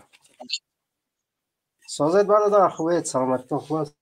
زنده و سلامت باشین. فرمایید برادر، چه بفرمایید باشین. ماشاءالله. همین گپ درباره چی رفت؟ ان شاء الله. شما گوش نکردین در کدوم موضوع ما صحبت کردیم؟ نه من نو در اومدم برادر. برادر کم اگر گوش کنین نگنی موضوع بعد صحبت کنین. رو یکی از سببایی که میتونید مثلا شما صحبت کردن نتونید وقتی که موضوع موردی پسند شما نباشه. بهتر است کم اگر گوش کنین ان شاء الله که بعد فرصت چه بدونین پیوست شین. اون بهتر خوبتر است که تو اینه که یک چیز میفهمین در مسئله موضوع. خوب است ان شاء الله. شیت گپ نیست برادر. گوش کنین کم اگر بهتر است که بهتر خوبتر میفهمین موضوع و میتونین یگون چیزهای خوبی و جالبی بگین و اگر که شما در مورد موضوع نبینین و نگاه نکنین شاید داخل کشین نتوانید در اون موضوع صحبتایی که باید کرده شود انجام بدین و دیگر آماده نیستین، چون آدمی که آماده باشد باز میتونه صحبت‌های بکنه که صحبتاش یک منفعت داشته باشد. و بخاطر ان شاء الله کم تماشا کنید، 5 10 دقیقه بعد پیوست ان شاء الله میفهمید. زنده و سلامت باشین. من آماده هستم. من همه وقت من برای مخالفان مبارزه من حاضر و ناظر هستم ان شاء الله. زنده باشید. با کم تماشا کنید وارد شین ان شاء الله. بس استودیو ان شاء الله چقدر نوز با میکنم که ان شاء الله در نیتشون برسن. زنده و سلامت باشین. آمین. برادرایی که در یوتیوب هستین پیوست شین به استودیو و پیرامون موضوعی که گذاشتیم صحبت کنین که حالا شما آیا آماده هستید که در صورتی بازگشتی مخالفان و تشکیل کردنی، حالا فرق نمی کند چه افغانستان باشد، چه قرقیزستان باشد، ازبکستان باشد، چین باشد، برای بازگشت به تاجیکستان آیا شما آماده هستید بر بگردید و به این جبهه ها بپیوندید و یک مخالفی که روند بازگشت را تحریزی می کند آماده شد برای تاجیکستان را اداره کنید؟ حالا تحت کدام حزبی، مثلا حزب نهضت اسلامی تاجیکستان باشد، جنبش وطندار باشد، رشد اصلاحات و رشد تاجیکستان باشد، گروه 24 باشد، سازمان جوانان باشد، فرقی نمی کند. هر حزب حرکتی که نباشد، شما فکر نظرتون چی است؟ آیا شما همچون شهروند جمهوری تاجیکستان آیا آماده هستید از روندی بازگشت به تاجیکستان از طریق نظامی یا که از طریق حالا هر طریقی که نباشد که در شکی نیست که اگر از طریق کشورهای همسایه ما وارد تاجیکستان شیم در شکی نیست که روند نظامی خواهد بود. آیا شما از این روند دستگیری خواهید کرد و شرطهای شما برای رفتن چی است و شما از زیر کدام برنامه کدام حزب حرکت استقبال میکنید برای بازگشت؟ آیا برای شما برای بازگشت حزب و حرکت مهم نیست و مهم کسی است که این کار رو به دست میگیرد و میرود اون جبهه رو تشکیل میکند و شما آماده به اون جبهه بپیوندید؟ یا اینکه برای شما مهم است که فلان حزب، فلان شخص، یعنی فلان نفر باید راهبر باشد و شما بعداً با اون جبهه برید بپیوندید و تاجیکستان رو آزاد کنید؟ من میخوام که به این سوالا هم در نظریات پاسخ بگین و هم وارد برنامه شین و فکر نظرتون رو بگویید. خب ما هم طریق برمیگردیم به اون مسئله که برادر رو در نظریات بنویسین، فکر نظرتون رو در نظریات بنویسین. من در نظریات رو گو در نظر میگیرم و میخونم. اگر شما فکرهای جالبی در نظریات نوشتین من حتما به روی آینه و برای یوتیوب میارم و شما این فکری شما را موردی بررسی قرار میدیم و اگر ببینید که اون فکری باشد که اون جالب باشد و لازم باشد حتما من این رو به یوتیوب بینندگان میرسونم و صحبت میکنیم. زیادی از برادرها واقعا میگه که بیشتری از برادرها میگه که ما آماده ایم و زیادی از برادرها میگن که ما آماده ایم. یک برادر دیگه نوشته است که بله من آماده ام اما با منافقان نه، یعنی گروه 24 منافقان. برادر و هموطن عزیز، در گروه 24 واقعا بچهای دیندار و کسانی که واقعا میخوان خدمت کنن خیلی زیاد است و نباید که یک نفر دو نفر رو به همه برابر کرد. اونجا اشخاص زیادی هست که دارای فکر هستند، دارای فکر دینی دنیوی و میتونن در هر روند تصمیم درستری بگیرن. نباید که با عقیده که شاید از یک نفری که در همون بخشای مستقیم یا که در یک طرف دیگر میبینید همه اون نفرها رو لطمه زد و اونها رو منافق بود. در داخل حرکت اشخاص زیادی هست که سزاواری بهترین ها است. خب برادران زیاد نوشتن. واقعا من بسیار خوشحالم که ما واقعا میتوانیم برای بازگشت به تاجیکستان یک امیدی داشته باشیم و واقعا هم سفر آخر شرافالدین گدایف یک امیدی به بیشتری از مخالفان داد و این یک عمل یک گامی بود در همون هدفی که اکثری مخالفان امروز دارند برای بازگشت به تاجیکستان که ما از سال 2012 تا این جانب یعنی 13 تا این جانب هیچ امثالش را نداشتیم. آخران بار سال 2012 بود اگر اشتباه نکنم عمر علی قوت به قرقیزستان سفر کرده بود که او را اجازت ندادن در قرقیزستان باقی بماند و او بعدا برگشت به ترکیه. یعنی به هر صورت این دومین سفرم از جانب شرافالدین گدایف صورت گرفت به افغانستان و چون این سفرها باید زیادتر باشد، باید با کشورهای همسایه گفتگوی بیشتر شود و ملاقات‌های زیادتر شود و ما بتوانیم به کشورهای همسایه بریم و در اونجا بتوانیم همون جبهه خود را تشکیل بکنیم، نهادهای خود را بسازیم و حتی ما بتوانیم که یک منطقه تاجیکستان رو بگیریم به مانندی که در سوریه کردن، یک منطقه رو گرفتن، در اونجا دولت ساختن، تجربه آموختن و بعدا رفتن کشورشون رو آزاد کردن. همین خاطر ما اگر بتوانیم یک جبهه در هر جای تشکیل کنیم، من مطمئن هستم که مردم تاجیک و ملت تاجیک میرود. ما هم طوری که میبینیم در هر جای یک جبهه تشکیل می شود، اولین کسانی که به اون جبهه می روند مردم تاجیک است. در سوریه وقتی که نمیفهمم یک جنگ شد، کسانی جبهه را تشکیل کردن، 6000 تاجیک به اونجا رفت. در افغانستان نمیفهمم هر روز تاجیک‌ها میرن به گروه‌های گوناگون میپیوندند. یعنی در یک جای یک کسی یک نمیفهمم یگون کار را تشکیل میکنه، میبینی اولین نقطه در اونجا تاجیک است. یعنی تاجیک‌ها تشکیل کننده نیستند ولی اشتراک کننده جبهه‌ها هستند. پس ما اگر مطمئن باشید که برگشتیم همون جبهه ها را تشکیل کردیم، اولین نقطه این مردمی است که ما را کمک میکند، چی از دیدگاه سرمایه‌اش باشد، چی از دیدگاه نیروی انسانیش باشد، از هر لحاظی که باشد این مردم به تاجیکستان میروند و نیت دارند که تاجیکستان را آزاد کنند. من مطمئنم که ما شما میتوانیم در یک جایی، مطمئن باشید که ما میتوانیم، اگر ما بخواهیم تاجیکستان را آزاد بکنیم، مطمئن باشید که ما این کار را میتوانیم بکنیم. فقط با یک جایگی، نه با ترس هراس، نباید ترسید. نباید افغانستان همچون یک ترس نگاه کرد، همچون یک فرصت هم نگاهش کرد برای بازگشت به وطن. چرا ما باید از راه افغانستان به وطن برنگردیم؟ چی مشکلی داره برای ما بازگشتن؟ در سال 1992 97 5 سال در اونجا ایستادیم، هیچ مشکلی نداشت. چرا حاضی برای ما مشکل دارد؟ چرا ما حاضی نمیتوانیم در اونجا باید بریم خیمه بزنیم و در اونجا جبهه تشکیل کنیم و در اونجا برگردیم؟ چرا اون زمان برای بعضی ها اجازه بود، برای عین حال برای ما اجازه نیست؟ چرا در اون زمان ما را مهر تروریستی و اکستریمیستی نمیزدن ولی عین حال باید بزنن؟ پس باید ما طرز درستش رو راه اندازی بکنیم، برنامه بریزیم، تحلیل تشخیص کنیم تا اینه که مردم و ملت به اونجا بروند و کشورهای ابوالقدرت این را همچون یک گروه تروریستی افراطی نشناسند. ما در طول مثلا 10 سال مبارزه در اروپا دیدیم که تا امروز یگان کشور ابوالقدرت گروه‌های ما را نه تروریستی نه اکستریمیستی نمیشناسد، اگرچه حکومت رحمانوف دهات مهر زده است. حتی صفحه‌های فیسبوکی بعضی از مخالفان را امروز با قرار دادگاه ممنوع کرده است و تروریستی اکستریمیستی شمرده است. پس در شک نیست که وقتی که ما توانستیم در طول چند سال مبارزه جهان را متقاعد بسازیم که نه، ما تروریست نیستیم، ما اکستریمیست نیستیم، ما یک دعوتگری هستیم که میخواهیم وطنمون آباد باشند، ما اصلاحگری هستیم که میخواهیم در تاجیکستان اصلاحات به میان بیاید، ما کسانی هستیم که تاجیکستان رو بر سوی روشنایی میبریم، ما کسانی هستیم که تاجیکستان رو به یک کشور خواهیم ساخت که اون به جهان منفعت خواهد آورد. یعنی ما این گونه اشخاص هستیم. به همین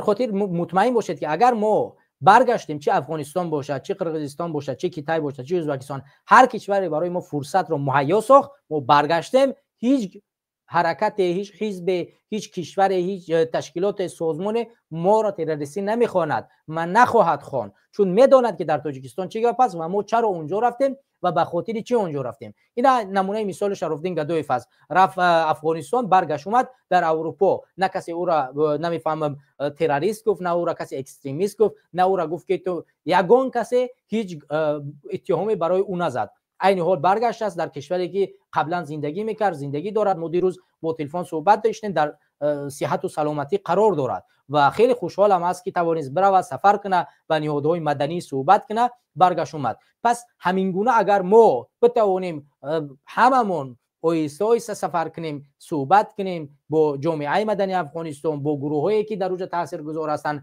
حتی بتوانیم چی فرقی میکند که با کسی که با حکومت است، با کسی که برای ما اطمینان امنیت میتید که ما در افغانستان مورد حمله های گروه های مثل داعش دیگران قرار نمیگیریم، مشکلی ندارد. ما باید گفتگو کنیم، امنیت مون، خطر امنیت مون نگاه بکنیم و در اونجا تشکیل بکنیم و برای بازگشت تاجیکستان آماده شیم. وگرنه از راه دیگر خیلی، از کدام راه شما میتونیم به تاجیکستان برگردیم؟ از راه مردمی، انقلابی مردمی. بیا در خواب ما انقلابی مردمی میبینیم، ما 10 سال شین میگیم کدام انقلابی مردمی؟ یک بار در تاجیکستان در داخل دوشنبه ما یک تظاهرات اینقدر کوچک ندیدیم، اینقدر تظاهراتی که بتواند برای ناراضیتی مردم که ما ناراضی هستیم از زمین حکومت، ما میخوایم استعفا، یک بار در داخل دوشنبه همین چیزا ما احساس نکردیم. پس مطمئنا ما نمیتوانیم بگیم که در تاجیکستان یک انقلاب مردمی صورت میگیرد. پس باید راه دیگرش هم دید. گزینه دیگرش هم دید، گزینه دوم سومش رو دید. گزینه دوم این انقلاب کردن توسط یک نفر مهمی در حکومت است که یکی از شاخه‌های نظامی رو به خود جلب کنی، بتونه انقلاب کنی.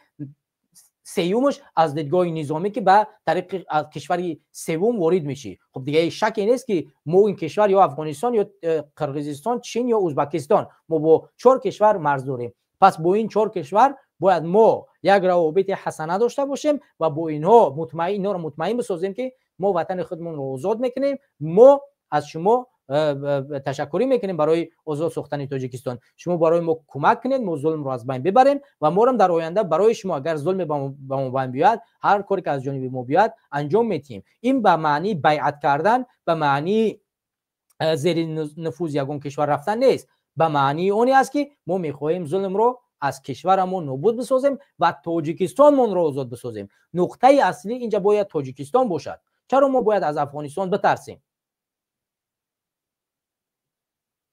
ما جای ترسی نداریم از افغانستان. چرا مخالفان در سال 1992 نترسیدن؟ رفتن افغانستان. 1 میلیون شهروند تاجیکستان در افغانستان بود. 1 میلیون مهاجر، 1 میلیون مهاجر. همه مو به تاجیکستان بازگشت و در تاجیکستان امروز زندگی دارد. چی اتفاقی افتاد؟ کسی اونها رو تروریسم، اکستریمیسم نمیفهمم، هزار تهمت بهتان شو زد. نه، رفتن در اونجا زندگی کردن و تا زمانی که در تاجیکستان این دگرگونی به میان اومد برگشتن. پس ما هم بریم نزدیکتر بریم. چرا ما باید دور بریم؟ چرا ما باید اروپا بیاییم؟ وقتی عمرعلی قوت گفتن که بیای طرف اروپا برا، گفت که نه، من باید نزدیکتر برم. مرا بگه قرقیزستان برم، مرا بگو ازبکستان برم، مرا بگو افغانستان برم. چرا مرا دورتر میبرین شما؟ در بعضی حالاتو باید ما نزدیکتر باشیم که بتوانیم دیگرگونی به میون بیاریم. در حالی که ببین، من یک ویدیو دیگر رو به سمت شما برسونم همدیوران. ببینید این همین ویدیو ما عین حال در مسئله انقلاب و چه صحبت میکنیم. این ویدیو از روندی گراند سلمی و یک ورزشی در تاجیکستان است. من این رو برای شما برسانم. این در تاجیکستان است و در تاجیکستان گراند سلم یک از تشکیلات ورزشی جودو است، خیلی مشهور است و در چندین شهرها تشکیل می شود. در تاجیکستان تشکیل شدگی است. در یگان کشور با چنین حالت تشکیل نمیشد. ببینید آغازی برنامه، یعنی آغازی همین تشکیلات رو چگونه میکنند، از تعریف و توصیف. یعنی حتی در ساحه ورزش ما میگیم که بله، ساحه ورزش امروزه مخصوصا جودو واقعا پیشرفت کردگی است، واقعا جای تعریف توصیفش دارد که زیاد مدال‌های به دست آوردن، ولی چاپلوسیستان کردن، تعریفیستان کردن اونجا این قابل قبول نیست. اینو ببینید. دوشنبه محترم رستمی شهری دوشنبه محترم رستمی امام علی شرکت دارند که حضورشون باعث افتخاری ماست. Ladies and gentlemen, the event today is attended by the chairman of Majlis-e Milli, Majlis-e Oli of the Republic of Tajikistan, the mayor of Dushanbe city, His Excellency Rustami Emomali. شما دیدید دوستان و همیاران عزیز، همونطور که شما میبینید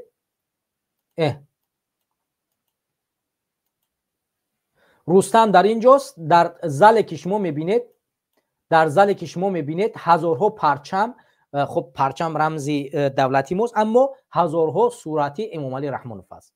یعنی ساحه و ما در اینجا حرف میزنیم و مبارزه میبریم، میخوایم ولی در تاجیکستان از تمام ساحه ها برای خود استفاده میکنن. پس چرا ما باید از ساحه‌ای که از کشوری که برای ما یک فرصت است استفاده نکنیم؟ فرصت حتی ورزشی رو، ورزش رو فرصت دیدن و در ورزش با پلاکت شما همین یک گراند سلمی که اینا در آذربایجان، در هر کشوری که تشکیل می شود، در یک جا بیاید که با پلاکت ها یک کشور یک مثلا یک پرزیدنت دیگر یا که با اشتراک رئیس شهر یک دیگر که اسم و تعریف توصیف کنن شروع شود، در یک جا برای ما بیارید.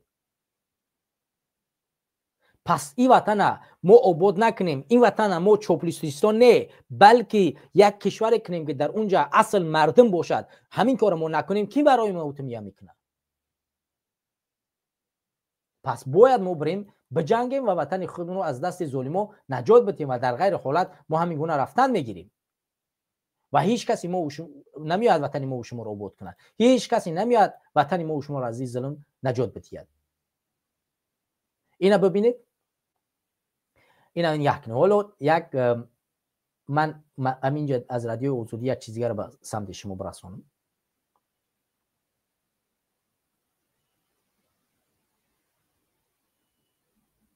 این یک چیزی رو به سمت شما از رادیو آزادی میرسونم. یک در حالی که میگیم که در دوشنبه خوشی و خوشحالی رفته از دست، ولی در روسیه نسبت یک مهاجر چیکار میکنن؟ مهاجر زندانی یکی با پای زخمی دوباره به جنگ بردن. سرگذشت جمالدین در جنگ اوکراین. ببینید جمالدین سعیدی 35 ساله که سعیدی 35 ساله از یکی از قسم‌های حربی دانتسک در نوار ویدیویی به نشان دادن پای زخمیش میگوید که او را از طبابتخانه دوباره به میدان جنگ بردن.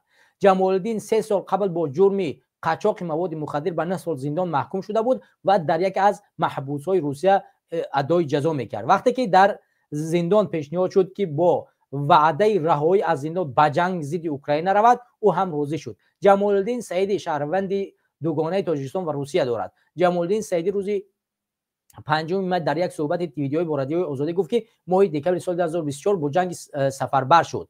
من 3 سال زندان رو پس سر کردم، ولی دیدم که مهلت 6 سال دیگر خیلی دراز است و برای رهایی شدن از ادامه اجرای جزا راضی شدم که 16 دکبر پس از 3 ماه مشق حربی مرا به میدان جنگ بردن. من تا زخمی شدنم یعنی روز 19 مارس سال روان در دونتسک بودم. آن روز به اثر ضربه موشک پهپاد شدیداً زخمی شدم، گفت جمالدین. ببین در وقتی که پهپاد در پاش زدمون درون ها پاش زخمی شد.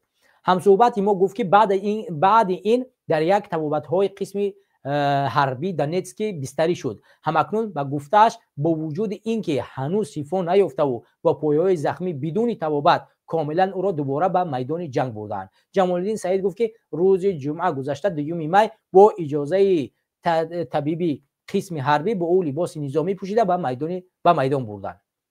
و در این نوار ویدیویی که نسخه آن را رادیو آزادی دیده است، در تن لباس نظامی دارد و میگوید که التجایش را برای طبیبان کامل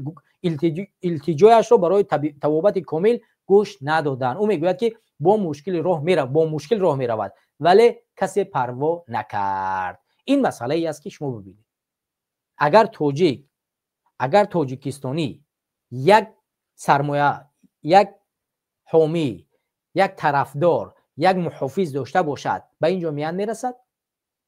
اگر ما و شما در وطنمون امروز یک نظامی می داشتیم که میتوانست ما و شما را از دفاع کند، ما به همینجا می اومدیم میرسیدیم.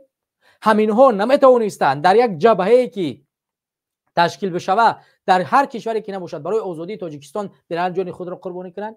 1000 نفر امروز در جنگ اوکراین از طرف روسیه تاجیک‌ها میرن میجنگند. 1000 نفر، 6000 دیگر در جنگ سوریه و عراق رفته کشته شدند.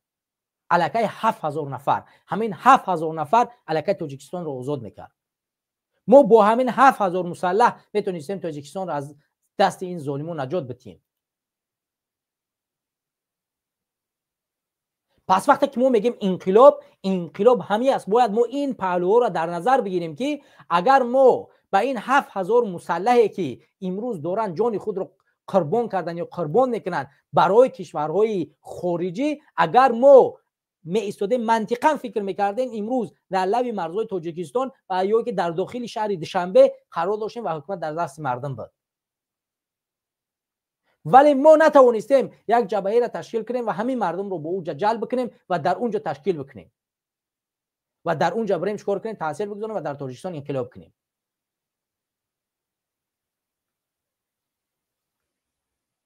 6000 نفر در طول این چند سال اخیر از سال 2013 تا اینجانب در همین جنگا فقط کسایی که شمارش حالا 10 نفر دیگه که در این گروه های مثلا تروریستی و اکستریمیستی و نمیفهمم در هدف های تروریستی در اینجا اونجا استفاده بردن. ما اگر کار میکردیم ما میتونستیم در تاجیکستان یک کشوری بسازیم که همه این اشخاصی که عقیده جنگی دارن و میتوانن تاجیکستان و یا هر کشور دیگه رو به عدالت برقرار کنند، اینها رو در تاجیکستان جمع کنیم و در تاجیکستان یک کشوری بسازیم که اون کشور پیشرفت کند و ما ارمیه خود رو، حربی خود رو، نظام خود رو قوی‌تر بسازیم.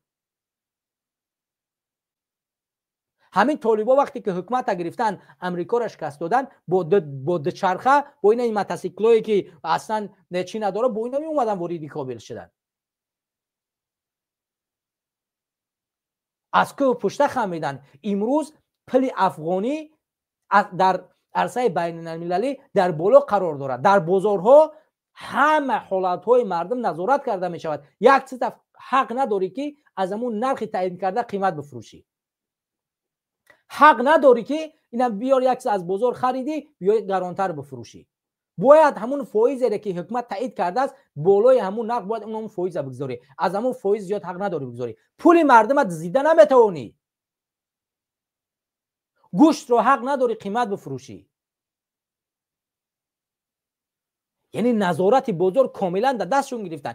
یعنی ما وقتی که میگیم که بخیزیم بریم تاجیکستان رو آباد کنیم بسازیم، باید ما بیایم در تاجیکستان چیکار کنیم؟ یک کشور بسازیم که اون بر اساس اهداف مردم و بر اراده مردم ساخته شده است و اون میتواند تاجیکستان را چیکار کند؟ شکوفا بگرداند، امنیت را برقرار بکند، نظام را قوی بگرداند. ما اشخاص‌هایی را باید در صف قواهای مسلح جلب کنیم که اونها میتوانند واقعا از مرز بوم این کشور ما دفاع بکنند. اونها اراده قوی و جنگی دارند، نه کسانی که مجبور ابله میکنه میگیریم میبریم.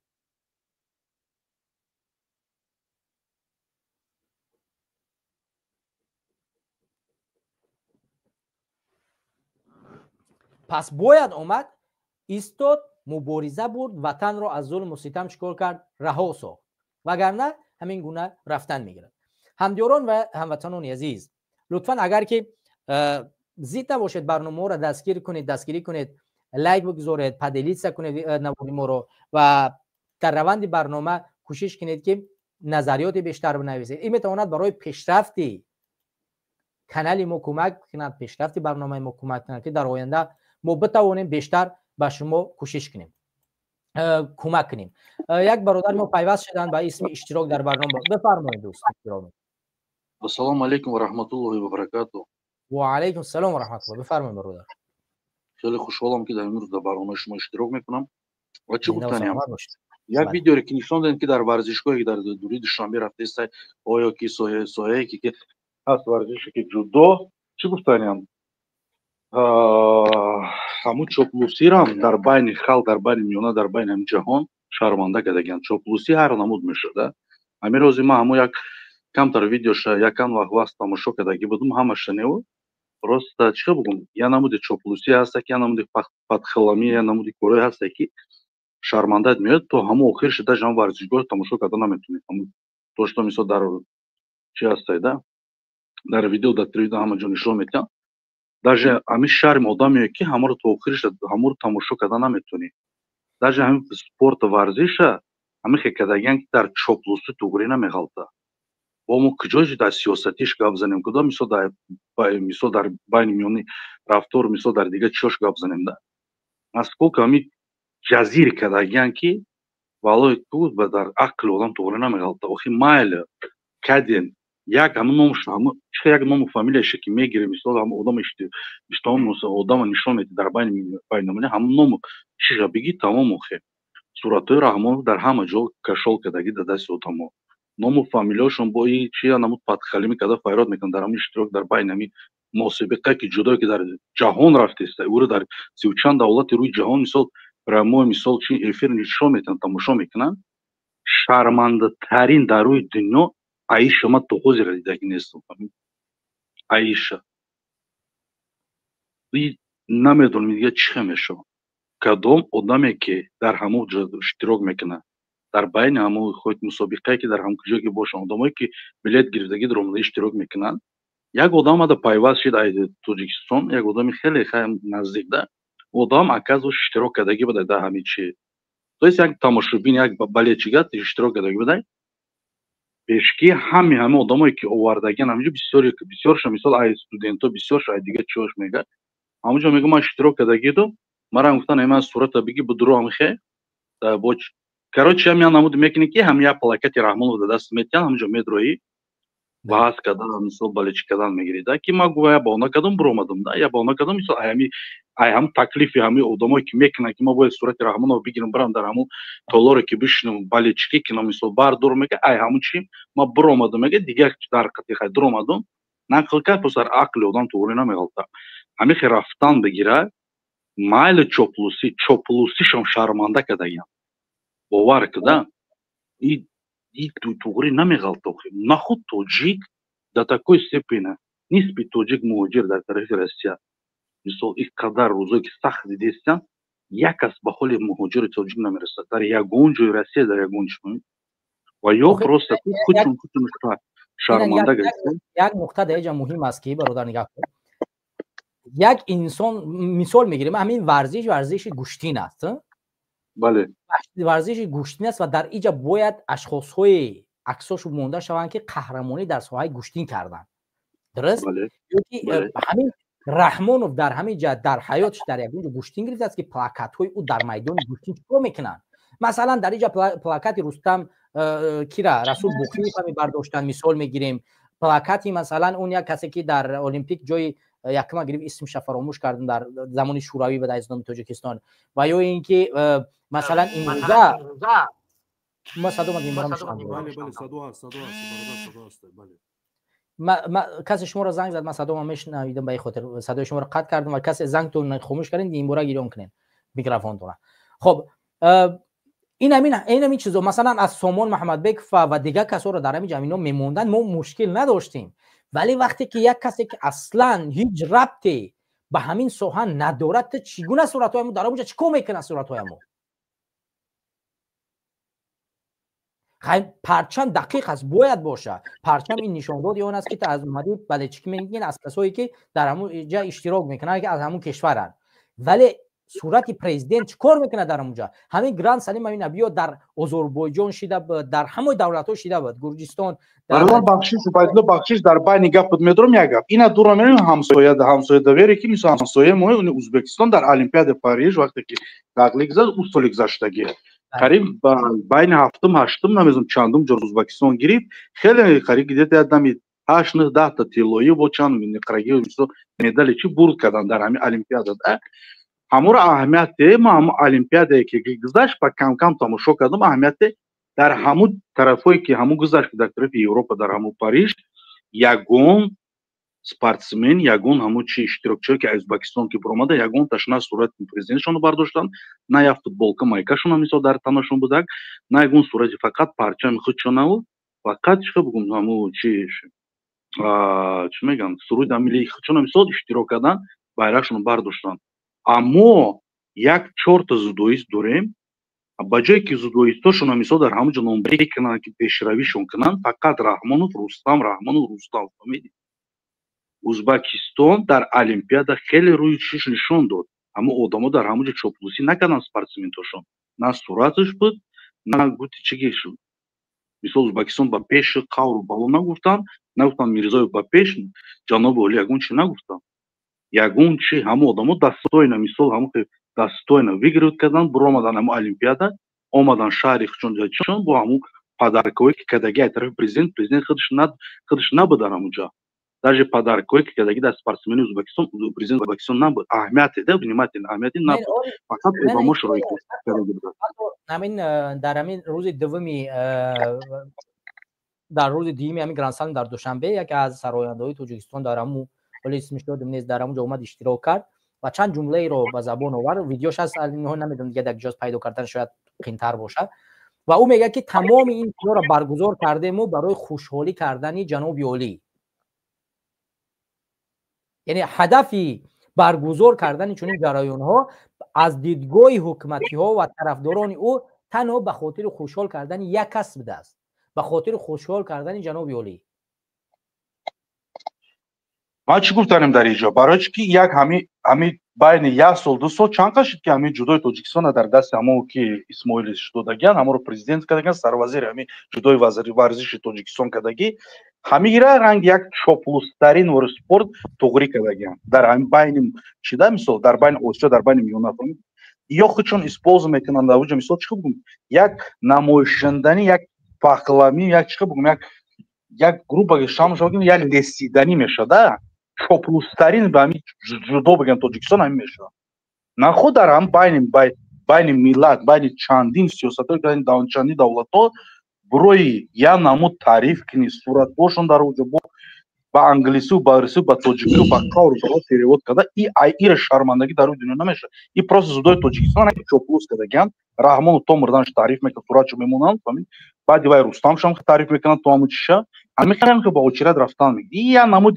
سیاست یا نمود همین چوپلوسگری در بین خودشون در بین همین در بین همین چندین دولت‌ها نشان دادن میگیرن دستگیری کردن میگیرن فهمیدی این спор نگیم چوپلوسنی спор بگیم میشه فهمیدی چوپلوسنی ورزش بگیم همین میارزه ای ایره شرمنده ترین در روی دنیا نیست والله تماشا میکنی که من همین 15 دقیقه تماشا کردم برآمدم دیگه تماشا نکردم باور میکنی уже هم گیری نوعی که هم استادیونی که ورزش گذاشته است همه جاش تو میتی صورت رحمانو تاجیکستان با پیچ صورت رحمانو ой ما спорт تماشا کنیم رحمانو ما جدو تماشا کنیم رحمانو ما спортсмен خون دست گیریم رحمانو ما نفهم просто یمی یعنی سیاست یعنی спорт که دیگه که هم постоянно با رحمانو در اونجا صورت باشه دستگیری کنن چوپلوسی کنن این همین کارشون در دوری تاجیکستان کدام میتونن در دیگه جو کدام نمیتونن این کارشون در دوری تاجیکستان کدام میتونن شانس میگه باشه مثلا چند مبلغی باشه تراتیت میکنن راسود میکنن لیش به مثلا همین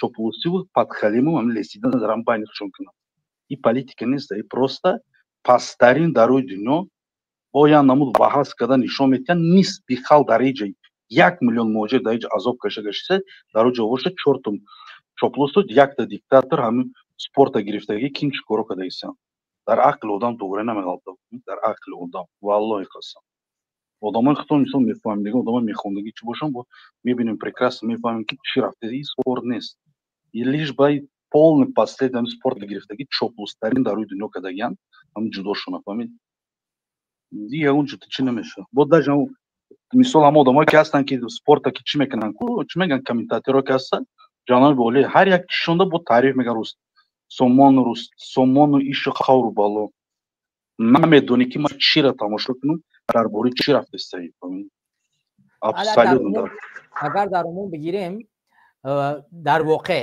یعنی واقعانه نگاه کنیم واقعا هم در چند سال اخیر جودوی توجیک واقعا برادر در وقتی از توالت میشینی که میکروفون رو بهم بیرونش کنیم برادر متاسفانه وقتی که ما با چند سال اخیر اگر نگاه کنیم ولی واقعا در چند سال اخیر جودوی توجیک واقعا پیشرفت کرد و موندنی محمد بک و یا که اسمش چی است اون مربی که چند مدت میشه موندنش و کار میکنن و واقعا هم خوب است که چون کسانی که توانایی خدمت کردن رو دارن به سر وظیفه بیارن و شایسته چون این وظیفه هستن این درست است این کار خوب است و باید هم در آینده چون این کارو کرده شود و از اشخاصی به مانند او رسول باقی و دیگرو باید استفاده کرد تا اینه که ما این ساحه را که از دست مردم ما میآید و گوشتین یکی از چیزی ورزش ملی ما توجیکا است و یک چیزا باید ما دستگیری کنیم و پیش بریم اما این چیزی که اینا در چند سال اخیر متاسفانه از این کار همچون یک ایمیج به خاطر تعریف و توصیف کردنی امامعلی رحمانی استفاده میکنن بسیار جای نگران کننده است چون واقعا ابروی ما را در عرصه بین المللی از بین میبرن ولی من خوشحالم که حتی همین بعضی از ورزشکارای ما همین جودوکارا واقعا هم در حالت پیروزی یا با مادرش میبخشش یا اینکه با پدرش میبخشش با دادرش میبخشش و این چیز خوشحال کننده است که در بین این ورزشکاران بعضی ها هستند که واقعا هم به همین ظلم داده نمیشوند و کوشش میکنن که همین байла бародар ман гапои шуморо хеле хуш дорам хеле хушҳол мефаҳмам мегӯш дорам мефаҳмам бале шумо мисол ба фикри шумо ҳар як кас мисол фикри хаёли худи фикри ояндаи худаш худи гап мезанад ҳар кас ба фикри худаш ба ақли худаш гап мезанад мефаҳмад гап дар он аст ки даже ҳамун спортсментое ки ҳастан варзишгарое ки ҳастан дар дури миллати худмон дар дури тоҷикистон ки кор мекунанд мисол дар байни байналмилалӣ парчам мебардоранд оваёрам чоплус кардагия мо чиро тамошо кунем мо чиро дастгирӣ кунем киро дастгирӣ кунем месе ки агар ҳама чоплус шудагиян кира мо дига дастгирӣ кунем кира мо бояд гӯш кунем тамошо кунем ба ки мухлисӣ кунем дар байн меояд гап дар он аст насколько ҳамаша чоплус кардагиян ки вақте мебинӣ ҷаноби олии иш уш намефаҳмӣ ки ояндаи мо ҳами пагама фарзанд каси ма барам дар спор монам ки ранги ҳами вори чоплус шава бира омада чи дар корай фаҳмидӣ одами ба нанга номус мефаҳма ки чоплусӣ ҷои варзишӣ нестай чоплусӣ ҷои чӣ нестай варзиш ҷои чоплусӣ нестай варзиш мисол ма фарқ надорад касе ки амр касе ки мисол пеши мада боша касе ки боша набоша мисол фарзанди ман фарқ надорад вай касе боша хеш тавори ма ҷани ма боша ки ма айма мисол чанд завис боша ки ма барам одам дар варзишгоҳ монам ки пага оянда ки миллат мисол парчамо бардора ки чоплус шавад вай даже ма спортсмен қабул намешавад бародар мо ҷавози мо ин ҳадафи чоплусиро нагуфта ҳастем ҳадафи шоистасолория гуфта истодем ки дар баъзе ҳолатҳо агар шоистаҳо ба миён биёянд мо мебинем ки ҳамин соҳа тағйирот ба миён меояд мисол бигирем дар ҳамин варзиш вақте ки ҳамин маҳмадбеков овардан дар ҳамин ҷа дар вазифа гузоштан ки шоистаи ҳамин вазифа воқеан ҳам ҳаст ӯ кори як мураббӣ иҷро кардани вазифаша дар ҳамун сатҳе ки метавонад ва ин шоиста ҳаст ва бояд ира қадрдонӣ кард ва ин инсон воқеан тавонист кадрҳое бисозад ки дар тӯли ҳамин 3-4 соли охир воқеан ҳам ба ҷонҳои хеле хуби мо ноил гардидем ичта бояд мо дарк кунем ва ӯ ҷош хуб аст ва чунинҳо бояд бошанд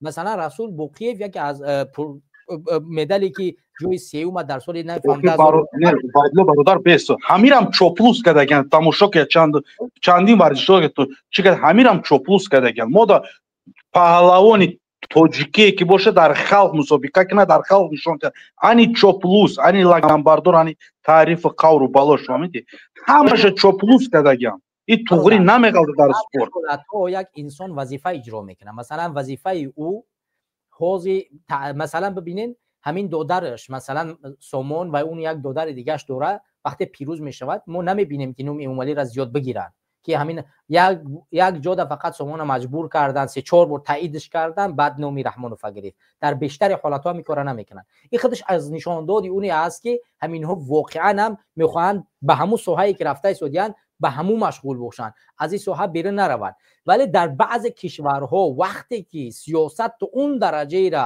яъне дар ҳамаи соҳа нуфуз мекунад ва маҷбур месозад мардум яъне диктатурӣ зиёдтар мешавад ва як теъдод инсонҳо ба хотире ки битавонанд ҳадди имкон ба як ҳарф вале таъриф кунанд дигар ҷо хизмат бикунанд ҳамун коршон анҷом метиҳанд агар ҳадди имкон мо дар ҳамаи соҳа ҳоз дар тоҷикистон чунин медоштем ки ҳадди имкон ҳамаи соҳа хеле пешрафт мерафта гоҳ-гоҳ ҳадди имкон дар як ҷо таъриф мекарданд мо мушкил надоштем фаҳмидин яъне мушкили мо дар ин аст ки вазифа шоистаҳо дар вазифа нестанд як таъриф кард қаври мардаш қатиёхӣ вале ҳамине ки хидмат бикунанд ҳамин соҳаро пеш бибарад бибинед ва оҳиста оҳиста ҳамин соҳа вақте ки пеш рафт ва варзишгорои ҳирфавӣ ба миён омаданд ва дидан кор кардан онҳо дига таъриф тавсифа канор мегузоранд чун ин соҳа дига пули мол метиҳад вақте ки як соҳа пули бештар дод моли бештар дод ва ту вобастаи ҳукумат дига нашидӣ дига таъриф тавсифа канор мегузорӣ ҳамира мефаҳмӣ ҳозир ино вобастаанд вобастаи киянд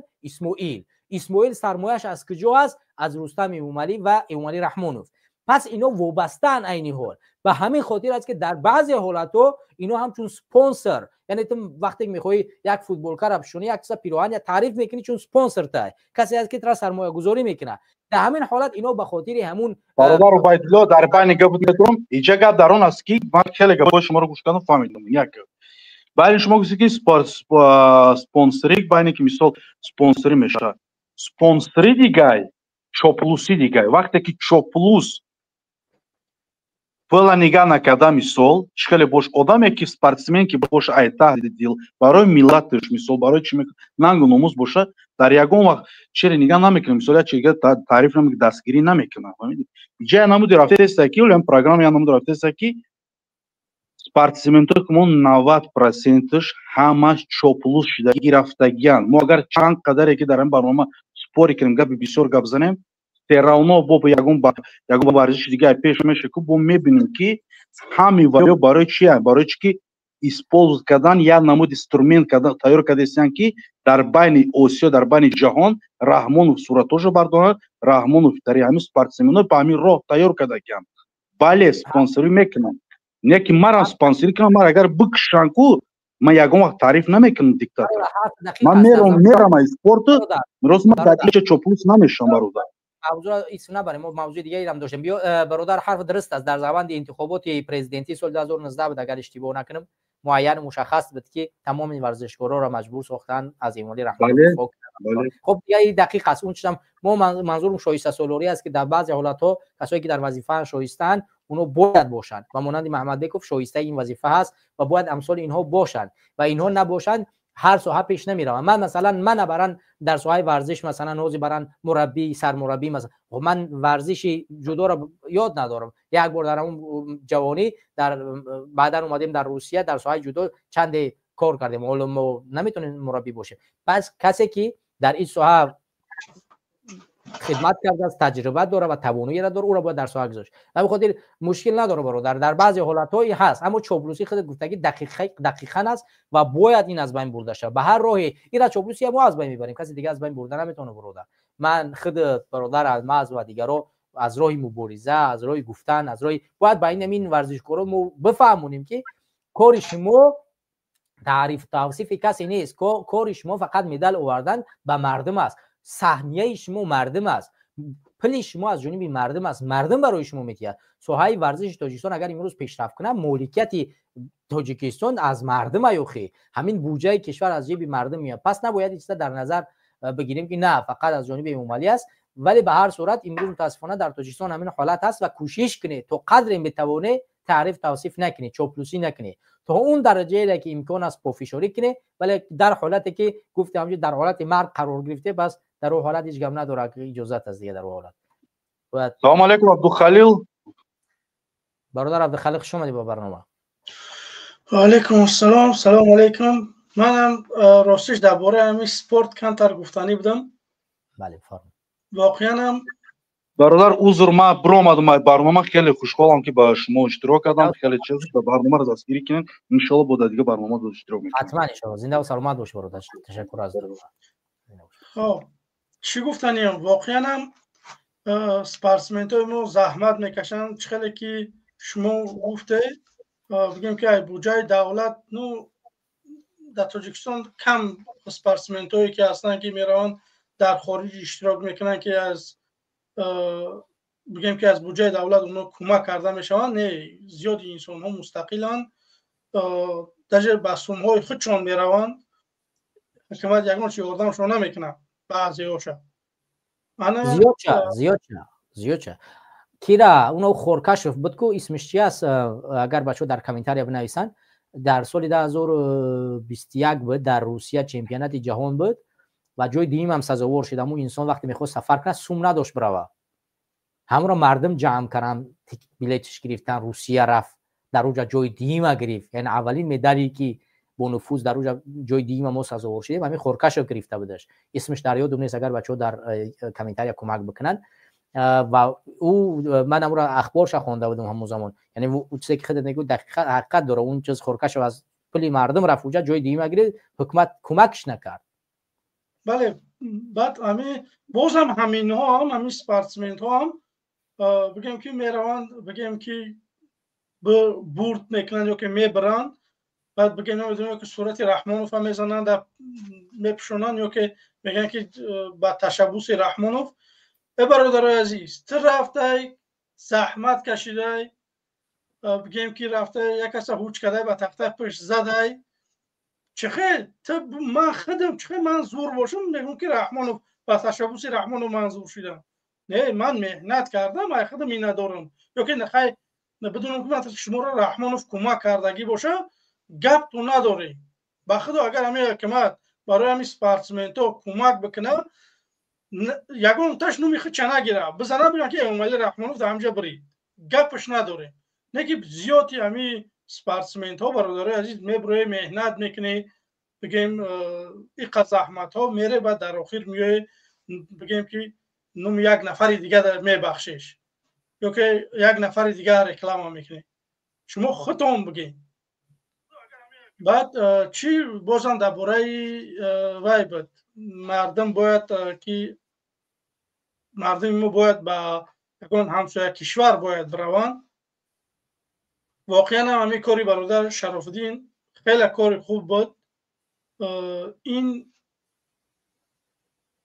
بگم انرژی بخشیدن برای دیگر مخالفایی که بگیم که اوجه جوشمون دیگه معین کردگیان برای اوره انرژی میبخشه که نه انسان تونست رفت به همونجا چون من نمیتونم چی با یک کسی دیگه نمیتونه باید ما هم تلاش بکنیم نمیدونم قرقیزستان ازبکستان افغانستان یک راه پیدا بکنیم مردم ما در قریبی باید جمع بکنیم مردم ما نمیتونیم در اروپا سرجم بکنیم ما مردم باید یکون نزدیکتر بریم و در اونجا یکون جبهه بکشویم و بگیم که مردم بگیم که انا که بیای وقتی بگیم که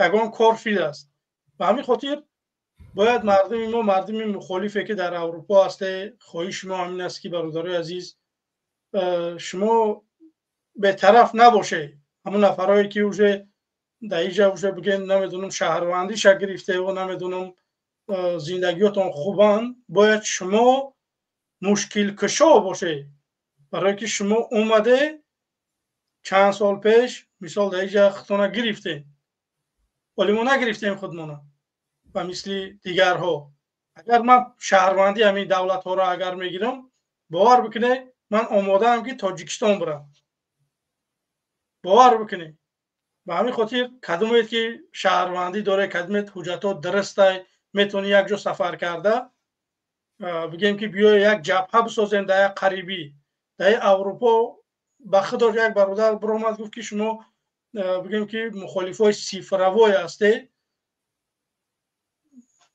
در یک همین گپاش نه بعضی وقتا من بگیم که قایل میشم برای که میگه که شما دا میگه یک کورپاشه خوبتره که رحمانوف هم میگه زخمش میمکه شما یگون زلال بر رحمانوف نمیرسونی واقعا هم گپش درسته ما اگر بشینیم سالها بگیم صحبت بکنیم در همین برنامه ها یا که در اروپا یگان گپ نمیشود باید ما یک قدم پیش بریم یک جبهه سازدوات بکنیم ما میتونیم که بگیم که فینانسی رو بکنیم آدمایی که در اروپا هستن آدمایی که در روسیه هستن اونا میتونن که بگیم که بکوچند مثال یا که آدمایی که در تاجیکستان هستن نمیخواد که شما دستگیر بکنن بیای سر یک مسئله بیان در یک جای جبهه بکشیم یک کاری بکنیم که مردم ما را بر رسمیت یکم بشناسن که مثال ما اکستریمیست تروریست نمیدونم علاب سرته یگان چیز نیستیم ما تنها هم مردمی هستیم که میخوایم که همین اویله تاجیکستان بره و خلاص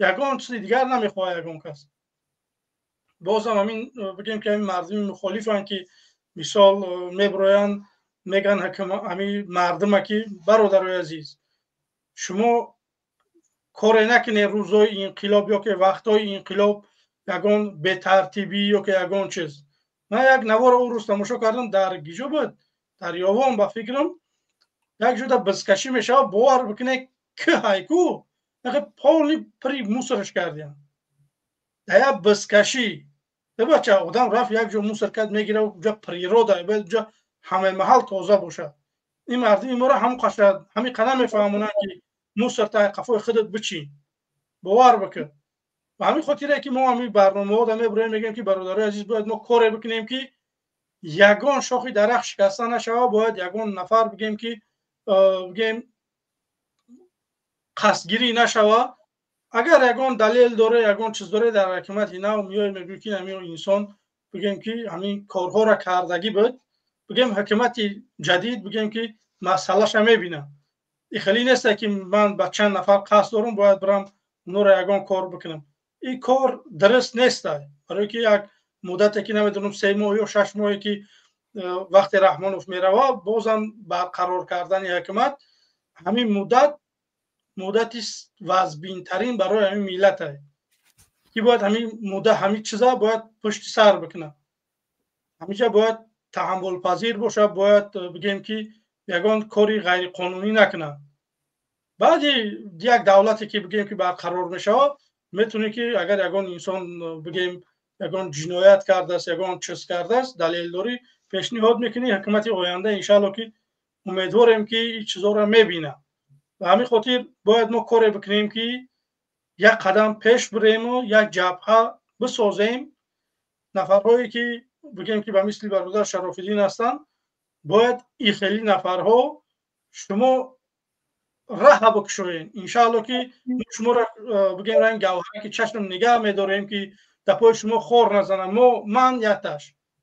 من یک افسر قطاری من حقیقت ما یگان گرینی نمیگیرم وقتی تاجیکستان رفتیم بعد بگیم که دعوا یک حزب دارم میخوام که بعد همونجا دعوا بکنم غیر این صورت من یک بگیم که سالداد قطاریم و مثل یک مهاجر عادی یگان خلکی دیگرگونی نیست من میخوام که بریم سازدوات بکنیم همین چیزا را خطاب من به همه همین مخالفین خواهش میکنیم که کم ترک همون نخ کریسلو تو یا بارخ بخیزیم سال جهات تو کم کمکی خنک بکنیم بعضی انسان ها بگیم که میگن که فراموش کردگیان که برای چی اروپا اومدگیان این گپا را من میگم بعضی هاشا قهر میکنه که همین گپا را من میگم برادر عزیز اگر همین مردم مخالف چند سال شد ما در اروپای مردم در افغانستان در 5 سال بازگشتن به تاجیکستان خود صلح کردن نمیدونم چیکار کردن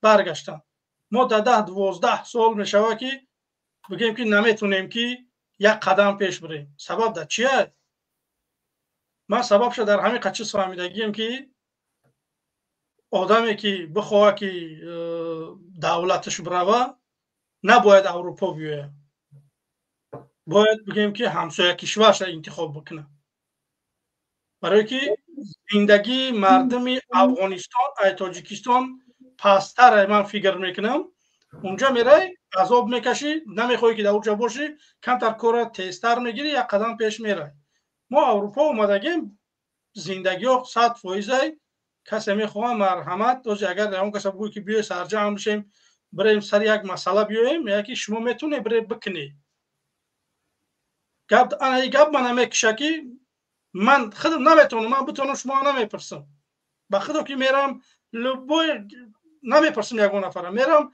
خودم یک جبهه سازدوات میکنم میرم یک قفای کار میشم نکی باید من میشوه دعوتی همه همین مخالفین همینه که بیای سرجم بشیم بیای یک جواب بشیم من آماده هم در زیاد انسان ها را کوفتگیم که من آماده هم قطعی شما باشم متاسفانه من پاسخ گرفتگی نیستم بعد من میخواستم خودم مثال یک برنامه تشکیل میکنم یا که یک چی میگم با میگن که نمیدونم ولی با کسل روحیمو میبرارن رنگی همون کی وره یک دو برادر دیگه به همین خاطر باید برادرای عزیز به خدا من نه خیب میقپم نه بگیم که یگان چی من میخوام که حاضی وطنم برم امروز دیر شدگیه به خدا همون لوی آب همون که پشته همون زمینای به آبی همون تاجیکستان رو میفوره بیای کاری بکنیم اگر ما 1000 سالها در اروپا بستیم که هیچی به ما فایده نبرای برای ما زلاله آدمایی که اینجا اویلوی هستن اینجا دا میدونن من درک میکنن که من چی میگم فرزنداتون بیرحم میشون باور بکنید باید ما کاری بکنیم که یک روز پیشتر یک قدم پیش بریم ما مسلمانیم برای مینتالیتت مو دیگه طرز لباس پوشیمو طرز رفتارمو طرز گفتارمو دیگه این ما در بین یک نفرها قشرهای جامعه اومدگی زندگی داریم که بگیم که کوگه در مینه زاغا آوردگی سر دادگیان بگیم که بیا وکر رخته و بگی به همین خاطر باید ما کاری بکنیم که یک روز پیشتر یک قدم پیش بریم من آمادم قطعی لبای برادر یک جا بشم بریم رحمان فا یک طرفه بکنیم من خودم به تنهایی نمیتونم اگر بینم که منم موضوع چند قا میخواستم امروز منم برنامه میکردم برادر عزیز نه که من دیگه ایسپاس همون یک هفته در یک روز خدا نگهبان دیگه بگیم که من کمی بگیم کارها پیدا شده دیگه پس کار میشم به همین خاطر برادرای عزیز باید شما یک کاری بکنی که هممون یک جا باشیم و یک کاری بکنیم غیر این صورت من زیاد نفرها را دیدم که یکم در مبارزه بودن اومدن دیگه بگیم دستاشون شوشتن برفتن. برای چی؟ همون انسان هایی که برفتن برای چی برفتن؟ راست باسواد بودن، ایمن میلیون بار باسواد بودن، راست اومدن دستاشون شوشتن برفتن. برای که دیدن که نمیشه، برای که دیدن که مردم نمیتونه متحد کرده. بعد دیگه بگیم مردم میبره میره قفای زندگیش میشه. بعد امروز یه خیلی انساناش میبره میگن که فلان انسان ها اومدن حجت گرفتن اینا میمو برفتن. وقتی که نمیتونیم مردم متحد کرده باید ما گیله نکنیم اون نفرهایی که بعد میبرن میرون. باید ما کاری بکنیم که مردم بگیم که یکجا بشه. من نمیگم که مثال همه همینا بیان در یک جا باشن، نه برادرای عزیز. هر کس حزب هدفهای خودش یگان مشکلی نیست. با هزار حزب دیگه تشکیل بشه نه که هدف یک باشه که بریم رحمانوف چپه بکنیم یا حکومتی مردمی بسازیم. اگر همه ما همین چیزا بخوایم که ما یک حکومتی مردمی میخوایم، واقعا هم ما میریم پیروز میشیم. بگذار مردم انتخاب بکنه. ممکن ما را مردم واپشه ما را انتخاب نمیکنه، بگیم که یک نفر دیگر را با هم داخل انتخاب میکنه. اگر ما مردمی میخواهیم، نه که بعض انسان ها را میبینم با فکرم که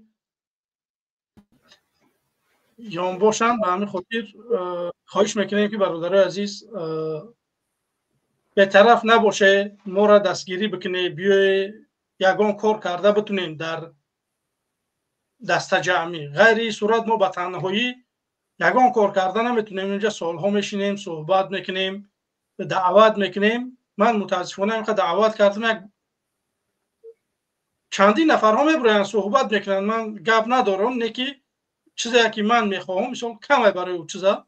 به همین خاطر من یکم خواستم که در یک هفته 3 بار برنامه بگذرونم برادر عزیز. من یگان بگم کاری دنیایی ندارم، میتونم که 10 ساعت بشینم در افیر. نه که وقتی که میبینیم که مثلا سستن مردم، برای چی مثلا من در یک هفته 3 روز برنامه کنم؟ یک بار برنامه میکنم برادرای عزیز. قبول داره بیا یگان کار بکنیم. در این صورت خدا نگهبان میریم قفای بگیم کار میشیم. باقی خدا نگهبان برادر عزیز. سلامت زنده باش. همین که خودت آماده یک سردت قلوری باشی خودش بسیار یک چیز مهم است. به خاطر که امروز واقعا در مبین مخالفان بیشتر حزب ها فقط راهبر شوندن و راهبر شونده هستند و نمیخواهند که حزب های گوناگون با فکرهای گوناگون با عقیده های گوناگون موجود باشد و به خاطر یک هدف مبارزه برای تاجیکستان آزاد. و هر کسی میخواهد از همون ایدئولوژی خود، از همون عقیده خود تاجیکستان آزاد کند. همین سبب شده است که امروز پراکندگی و نرفتن و از زیر یک پرچم قرار نگرفتن همین است. و همین اساس باید ما هر یک قدمی آماده باشیم. من بارها اعلام کردم که اگر هر روز یک حزب، یک جریان در هر کشور همسایه ما و در تاجیکستان تشکیل یگان جبهه بکند و تشکیل روندی رسیدن رفتن به تاجیکستان آماده بسازد، من اگر از جانب سازمان جوانان اگر برنرم بچه‌هایی که در اینجا هستن تصمیم بگیرن، نه من همچون یک شهروند قطاری خودم میرم و اعضای همون سازمان یعنی در همون جبهه اشتراک میکنم و برمیگردم برای رفتن به تاجیکستان. این همچون شخص من این چرا قبول دارم و برمیگردم تاجیکستان، به خاطر که وطن مناسب باید ما آزادش کنیم. اگر همین کسانی دعوتگر امروز نریم، مطمئنم که هیچ اتفاق در همون جبهه هم نمیافتد و هیچ کسی هم نمیرود. چون در سال 2014 وقتی که انقلاب را روزش معین کردن در تاجیکستان یک تظاهرات، در همون تظاهرات روز 10 اکتبر وقتی دعوتگران اصلی در اونجا اجازه رفتن نداشتن، ما را اجازه ندادن بریم، وگرنه بیشتری بچه‌ها در همون زمان گفتن که برای ما عمر علی قوت فکر اجازه بدیم بر بگردیم. خب گفت با سبب‌های اجازه نداد. ما دیدیم که اتفاق صورت نگرفت در دوشنبه. به همین خاطر وقتی که ماها سفر نکنیم این اتفاقا صورت نمیگیرد، چون باید ما کسانی که پیشرفت هستیم در اون جرم پیشرفت باشیم و باشیم که مردم بروند، ولی منتظر اون چیزی نباشیم که نه من راهبر یک حزبم، سازمانم، حرکتم، جریانم و من باید نروم جایی. خب پس کی میره تاجیکستان من اطلاع آزاد میکنه؟ پس اگر من نرم، خودت نری، تاثیرگذار نباشیم در جبهه ها، نتوانیم تصمیم بگیریم، پس این جبهه به خاطر هر منافعی هر کشور دیگری کار خواهد کرد. پس فکرهای گوناگون، عقیده های گوناگون باید به جبهه بروند که اونجا فقط هدف اصلی تاجیکستان آزاد باشد. حرف درست است رحمت با سلامت باشید. تشکر که در برنامه اشتراک کردی و امودای رفتن هستی. خودش بسیار یک جسارت بزرگ است که حرف را زدن که امودای رفتن هستی. من نمی‌دونم بعضی وقت که من فینانسیر نکنم. من فینانسیر просто در فلان جو ترا انتظارم تمام. من خواستم رفتم به خدا. من خیلی یگان سومون بتیان نه. من با 10 نفر دیگر آمادم. قطعی همه اروپا اگر بچه‌های اروپا باشن 10 نفر دیگه میتونم که به همون بگم که به همون جبهه را با قطیم ببرم. من ایچسا جواب میگم زنده و که سلامت یک کار بکنیم. نه که متاسفانه امروز نگاه میکنم یک نفر اگر یگان مثال ده یگان کمک نیاز دارن که مردم 50 درهم یاردن نمیکنن. برادر عزیز در برنامه ها اشتراک بکنه، گپ های ما را بفهمه، بگیم که لایک بگذاره، نو را به یار دوستاتون بفرسته. ممکن یک شما سبب میشه لایک میگذاره که یک نفر پیدا میشه که همون جبهه را او ساز دعوت میکنه. ولی امروز با من یک نفر در تماس برند راستش من نشناختمش. خب خدا نگهبان برادر عزیز. انشالله که در با برنامه ها اشتراک میکنیم. من زنده و سلامت. زنده و سلامت. از اشتراک در برنامه. سلامت و صحت باش. زنده باش. خدا نگهبان. تاجیکستان بفرما. تاجیکستان میکروفونتون رو گیری کنید بفرمایید. سلام علیکم. و علیکم السلام. این آلماس خوبی خطر کنه دکی خونده استای؟ شما بخونین خوبه. بیا بفرمایید. میگم خوبی خطر کنه خونده استای. چی گفته استای باید؟ برای همون میگم که همون خوبی خطرگانه که میگه خطون بیا چیش کنه بخونینش. ما منتظریم بفرمایید.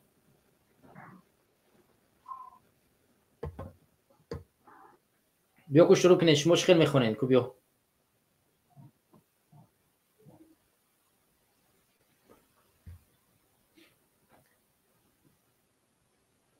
خب دیگه حرفی برای گفتن ندارید و همین مشخص است که نمیخواهید که در حرفایی که الماس گفتن صحبت کنند. الماس حد امکان آماده است برای در هر جبهه اشتراک کند به خاطر آزادی تاجیکستان جانش را قربان کند. ولی شما آماده نیستید که با چهره خود از همون حامی خود که اومدی رحمان الفضل چور کنید، دفاع کنید. تا اون درجه را سطحی سوا شورناکی و جسارتتون پایان است که نمیباید از حق حامی خود دفاع کنید و حتی حرف بزنید که چرا رحمانوف امروز باید در سر قدرت باشد. حتی دفاع کردن نمیتونه که چرا باید ما رحمانوف رو سرنگون نکنیم، چرا ما باید با کشورهای همسایه نریم، چرا باید ما جبهه تشکیل نکنیم، چرا ما باید نرویم تاجیکستان رو از ظلم ستم اومده رحمانوف نجات ندیم، چرا این کارو باید نکنیم. یعنی همین را شما جواب دادن نمیتونید که چرا باید ما این کارو نکنیم، چون جسارتش رو نداره، تواناییش رو نداره، علمش رو نداره، خب هیچ چیزش رو نداره. این نمیجا میآید به جایی که یک حرف بزنید حالا دو سوال دیگه براتون پیشنهاد کنیم بازم فرار میکنید. حرفی برای گفتن موجود نیست، این رو نداره. داره نمونه مثالش آشکار و واضح است. اینا ببینید موضوعی که من برای شما باز پیشنهاد کردم در روندی ببینید. این در رادیوی در پایگاه خبری خاور نشر شدگی است. ببینید دوشنبه 5/05/2025 صبح 5 می پرزیدنت جمهوری تاجیکستان خب فلانی یا محترم فلانی خب محترمش هم بگیم میشه محترمه اموال رحمان با رئیس نویه رشت و توجیکوباد زرینه ایدیزاده و قمردین فقیرزاده صحبت تلفنی انجام داد. ضمن صحبت گزارش رئیسان هر دو نویه پیش از همه دایر بر رفتن برطرف‌سازی عاقبت آفت طبیعی، برقرارسازی خانه و اشتراک ضرر دیده به ساختمان منزلی زیست برای عائله‌هایی که خانه‌هایشان کاملا ویران شده است شنیده شد. ذکر کردید که کارهای طبق سفارش فلانی در همه سمت‌ها از جمله برطرف‌سازی عاقبت‌های انشاءاتی دیگری ضرر دیده هم رخ داده، برقرارسازی خانه‌های مردم و بینایی انشاءاتی دیگر ضرر دیده هم ساختمان خانه و مؤسسه‌ها این نوع متشکلانه ادامه دارد. رئیسان هر دو ناحیه بر عرضه سپاس با سرور دولت اطلاع دادند که در پی رسیدن این کمک‌های سری وقتی از قبیل خوراک، داروواری و دیگر لوازمات طبی همه همهای خیمه های زیست، مواد ساختمانی و تکنیکی تجهیزات ضروری و با جلب قوه‌های کافی کاری از حساب نجات دهندگان و خدمتچیان حربی، کمیته حالت‌های فوق‌العاده و مدافع گرجدن و دیگر ساختارهای نظامی برطرف سازی عاقبت آفت‌های طبیعی خوب ادامه دارد.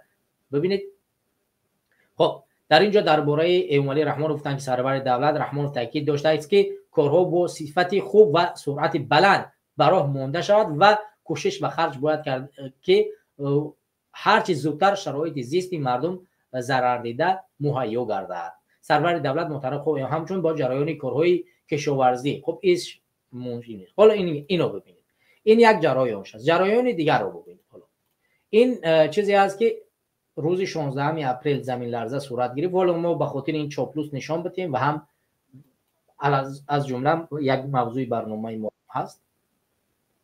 خب ما این رو ببینیم. ادامه بیشتر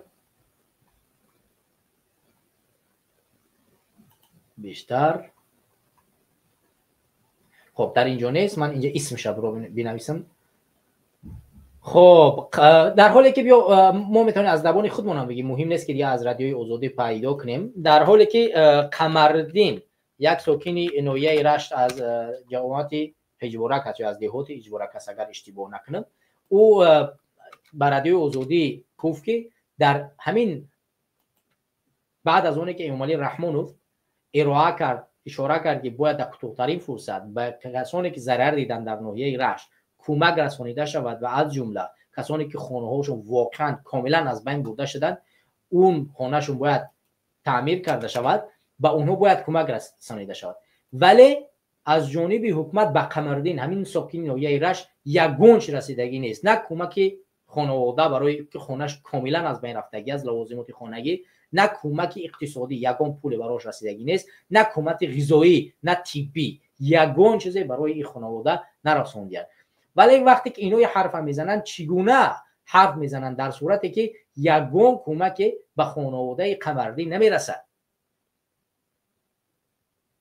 به همین خاطر ما باید این رو در نظر بگیریم که حالا خب بیا این من از رادیوی آزادی نمیگیرم، بیا از دیگر رسانه ها میگیریم، همین مسئله را از دیگر رسانه ها میبینیم. خب یگان رسانه دیگر میبینیم، ما مینویسیم که چی اتفاقی افتاده است، بیا از دیگر رسانه ما میبینیم، از رسانه چی نمیبینیم. اون چیزی که شما گفتید ما اون چیز رو نمیبینیم، از یگان رسانه دیگر میبینیم که همین مطلب هم مینویسیم، میبینیم که چیزی که شما گفتید چی است. از رادیو آزادی نمیبینیم، اول همین حقیقت داره یا که نداره. خب اینا من نوشتم این مطلبه که به قمردین کمک رسیده است یا نرسیده است. اینا یک رسانه دیگه پیدا کرده، بیا اینا به سمت شما برسون. با همزمان رسانه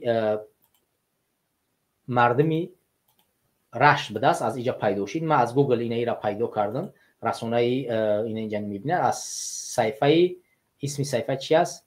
رشت نیوز است. بله خب از این صفحه را پیدا کردیم. خب در اینجا نوشته که صحبت تلفنی در مورد، خب صحبت تلفنی هم ما خوندیم. خب در اینجا چی گفته که است؟ خب درباره اینجا اسم قمردین نوشته بوده است. خب بیا این مطلب ما برای شما بخونم. خب در اینجا اسم قمردین نوشته بوده است.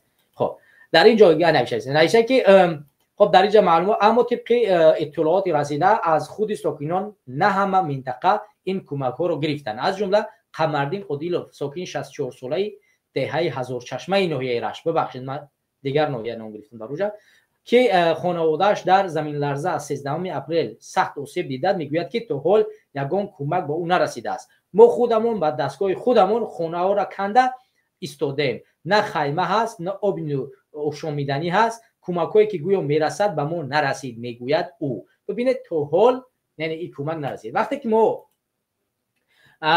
صحبت میکنیم از روندی پیشرفتی ناحیه و پیشرفتی جامعه و اونی که میگیم که تاجیکستان در کمک میکنه، شما دیدید که متاسفانه یگان کمک به مردم نمیرسد و این چوبلوسو باز میبرویند در اینجا از کی تعریف توصیف میکنن؟ از امامعلی رحمانوف، از کسی که هیچ خدمتی برای ملت نمیکنه، حتی زیر دستاش نظریات و پیشنهاد او را و دستور او را در هیچ حساب نمیکنه. در ناحیه رشت برای زرردیدگان دستور داده شد از جانب امامعلی رحمانوف که خانه‌های اونهایی که زد خراب یعنی کاملا خراب شدن در کوتاه‌ترین فرصت با اونها کمک اولیه رسانیده شود، از جمله لوازمات خانگی، مواد غذایی و طبی برای اینها داده شود. ولی دیدیم که هیچ کمکی برای اینها داده نشد.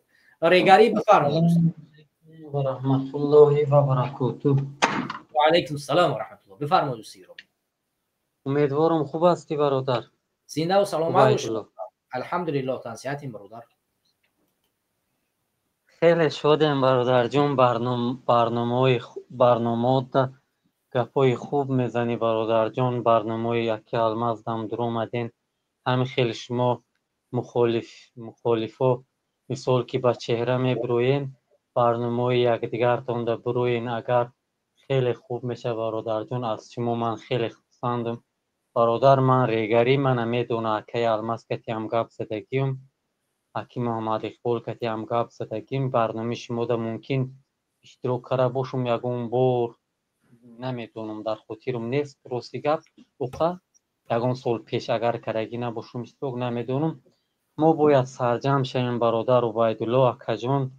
ما مخالفین باید سرجم شویم، کاری کنیم که حرکت باید کردن من در کاری که این حکومت قاتل می امامعلی، قاتل 9 میلیون مردم تاجیکستان، این مادر به خطا رفته، هر چیز زودتر از این حکومت گیریم شکی قاتل برهم نیسته، ملت به نیستی بردگی برادر جان.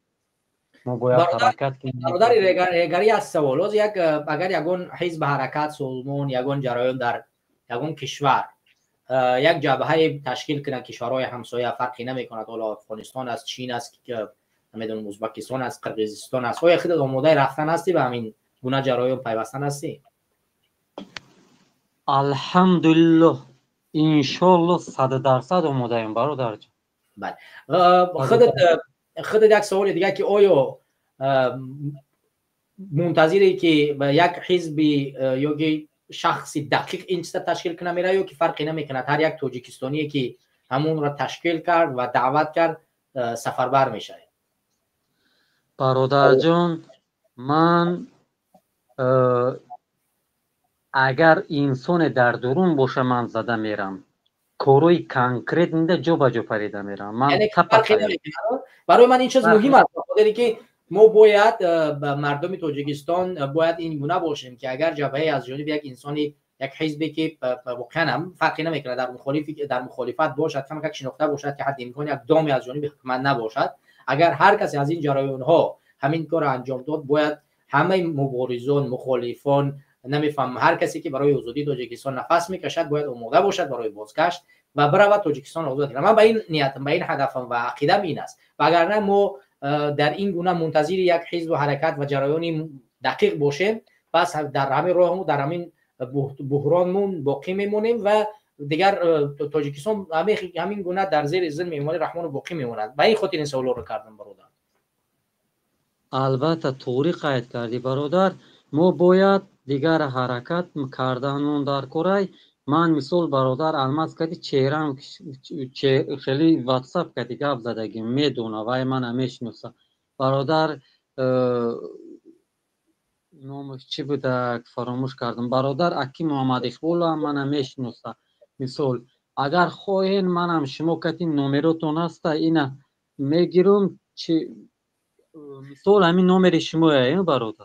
بله بله مهم نیست برادر با من با هر کسی دیگه، مهم این که همین آماده باشید و جبهه که تشکیل شد هر کسی رونده هست اون میوه از کدام طریق چگونه با اوجا باید برود.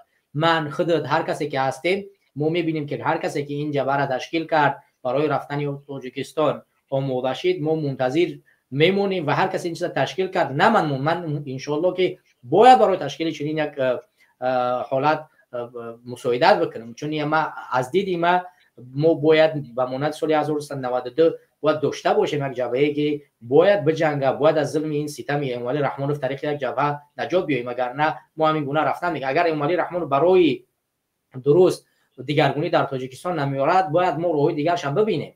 اونی که در سال 1992 مردم ما خستن، مردم کشتن، مردم جبهه تشکیل کردن و ایستادن و در مقابل حکومت جنگیدن و حاضرم اگر که ما همین گونه نویسیم ما عمرال قوت فکشتن دیگه، خب دیگه هزارها زندانی داریم، ما مجبوریم باید بجنگیم دیگه. عزت امان کرامت شریف هزارها نفر برده شدن، کشته شدن، زندان شدن، خب دیگه ما باید منتظر کی باشیم؟ همون زمان هم همون نفر کشتن، مردم به میدان برمدن و جبهه تشکیل کردن، چرا ما امروز نکنیم؟ باید این برادر جان، این قاتل حرامزاده این به خوبی نیست. چی جوان مردای نوترس بدک، چی جوان ژورنالیستو یا گرفته زندانی کرده. این انسان نیست که به این صلح کنی و به این مثال معامله خوب کنی. این قاتل نیم میلیون مردم تاجیکستان اینا هم میگیری یک طرفش میکنی. من قسم به عظمتی خدا که من برادر تیارم همی کاری وجه نیده میزنم میرم. من اگر ایجا درومم درون من دیگر حرکت میکنم آدم چند قیه که میتونم مثال حرکت میکنم برای آدم جمع کردن. اگر که هیچ کی هم به من پیوست نشوم، اگر مبادا من درون اگر تو رفتن من نشوه، من یا شهید میشم یا یگون کاری میکنم. من دیگر من اینترسی نیست من در این حیات که مردم من در بدر مصرکه شده رفتگیان. من برای مردمم، برای هموطنم باید خدمت کنم برادر. من نمیخوام هموطنای من در بدر، مادرای و خواهران من سطرشون گیره این امام علی لعنت کرده. این کاری که این لعنتی کرده است به حد مثال کاری که کرد به حد بد است. بد این لعنت کرده رحم نکرد بر مادرای ما، رحم نکرد بر انسانایی که سال خورده هستن گرفته زندانیشون کرده. برای اوی ما باید حرکت کردن من در کار. برادران مخالف باید سرجم شوند. اکای شرافالدین گدایف رفت، خیلی خرسند شدم افغانستان رفته. نم خیلی تشکیل کردن من در کار. مثال باید دونیم طریق واتساپ، طریق اون چی باید گپ زده کروچی کورا کانکریت میبردن در کورای. مثال کورا دیگر نمیشوه خیلی. این امام علی کیه خودش یک چوپان لعنتی همین گرد و اطرافش میترسن. من پروست حیران میمونم برادر. من داجه در درون مثال یک دو شناسوی ای کارکنوی دولتی بودن که 2012 بود شناس بود. من داجه امام علی گفتگیم که لعنتی ایزینو شدگی ای گفتگیم خیلی کانکریت گفتگیم که من نمیدونستم که این هم خیلی فهمیدگی بودم. من گفتگی بودم نه که من گفتگی بودم که این آدم خوب نیست، این حرامی نوتوجیکای، این کار میکنه که با وضعیت بد گرفتار ما میکنه. نه که همین کارو شد گذشت. اکنه میگم من فرشته ایم. نه که همین منین وقتی که مکتب میونه میخوندم من همین چیزا میگفتم. امکم دام میگفتم که این انسانی خوبی نیست. میگفتم این ای سال 90 بدتر میکنه. میگفتم چند سال پیش که من که 10-11 بودم، 9-10-11 مایده بود، 8-9 بودم که من میدونستم که این حرامی خرکه گوکلش میگفتم اینا. آره اوای برادر جان من پره نمیدونستم. اگر من پره میدونستم که مثال این قدر ظلم و این قدر قتلی کرده، من هم مثال در همه درون میتونستم که یگان کاری دولتی درون مثال امنیت در یگان جا درون کاری کنم.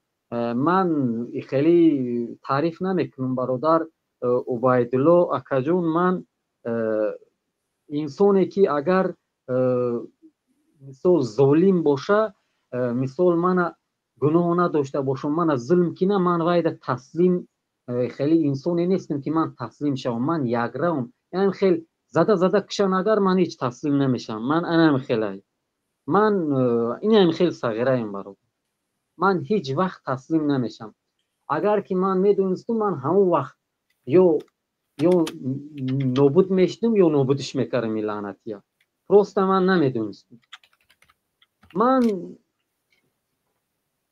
بچه اونقدر میونه سالم تقریبا نگویم مثال میونه سالم فهمی اگر اکای الماس میدون 34-35 ساله بچه من میتونستم کاری کنم وقتی اگر که من میدونستم حرامیه یا میکشتن من یا یکون کارش میکردم حرامیه این دبرش استودیان امنیتی و مثال من چند تاشا گرفت زندونی کات پارت افتاد رنگی مرغان حرامو مثال همینه چیه که هم یک چوپونی لعنتی عقلشی چه نمیگیره هم یک خرکله میترسن یگون کوری نمیکنن من حیرانم پروسته طرفداران خودش گرفته زندونی کرد آیا همقدر آدمم بیرو لیسک ناآدم میشیده اوخی این کوری که میکنن وحشه طوری نمیگیره مردم مویا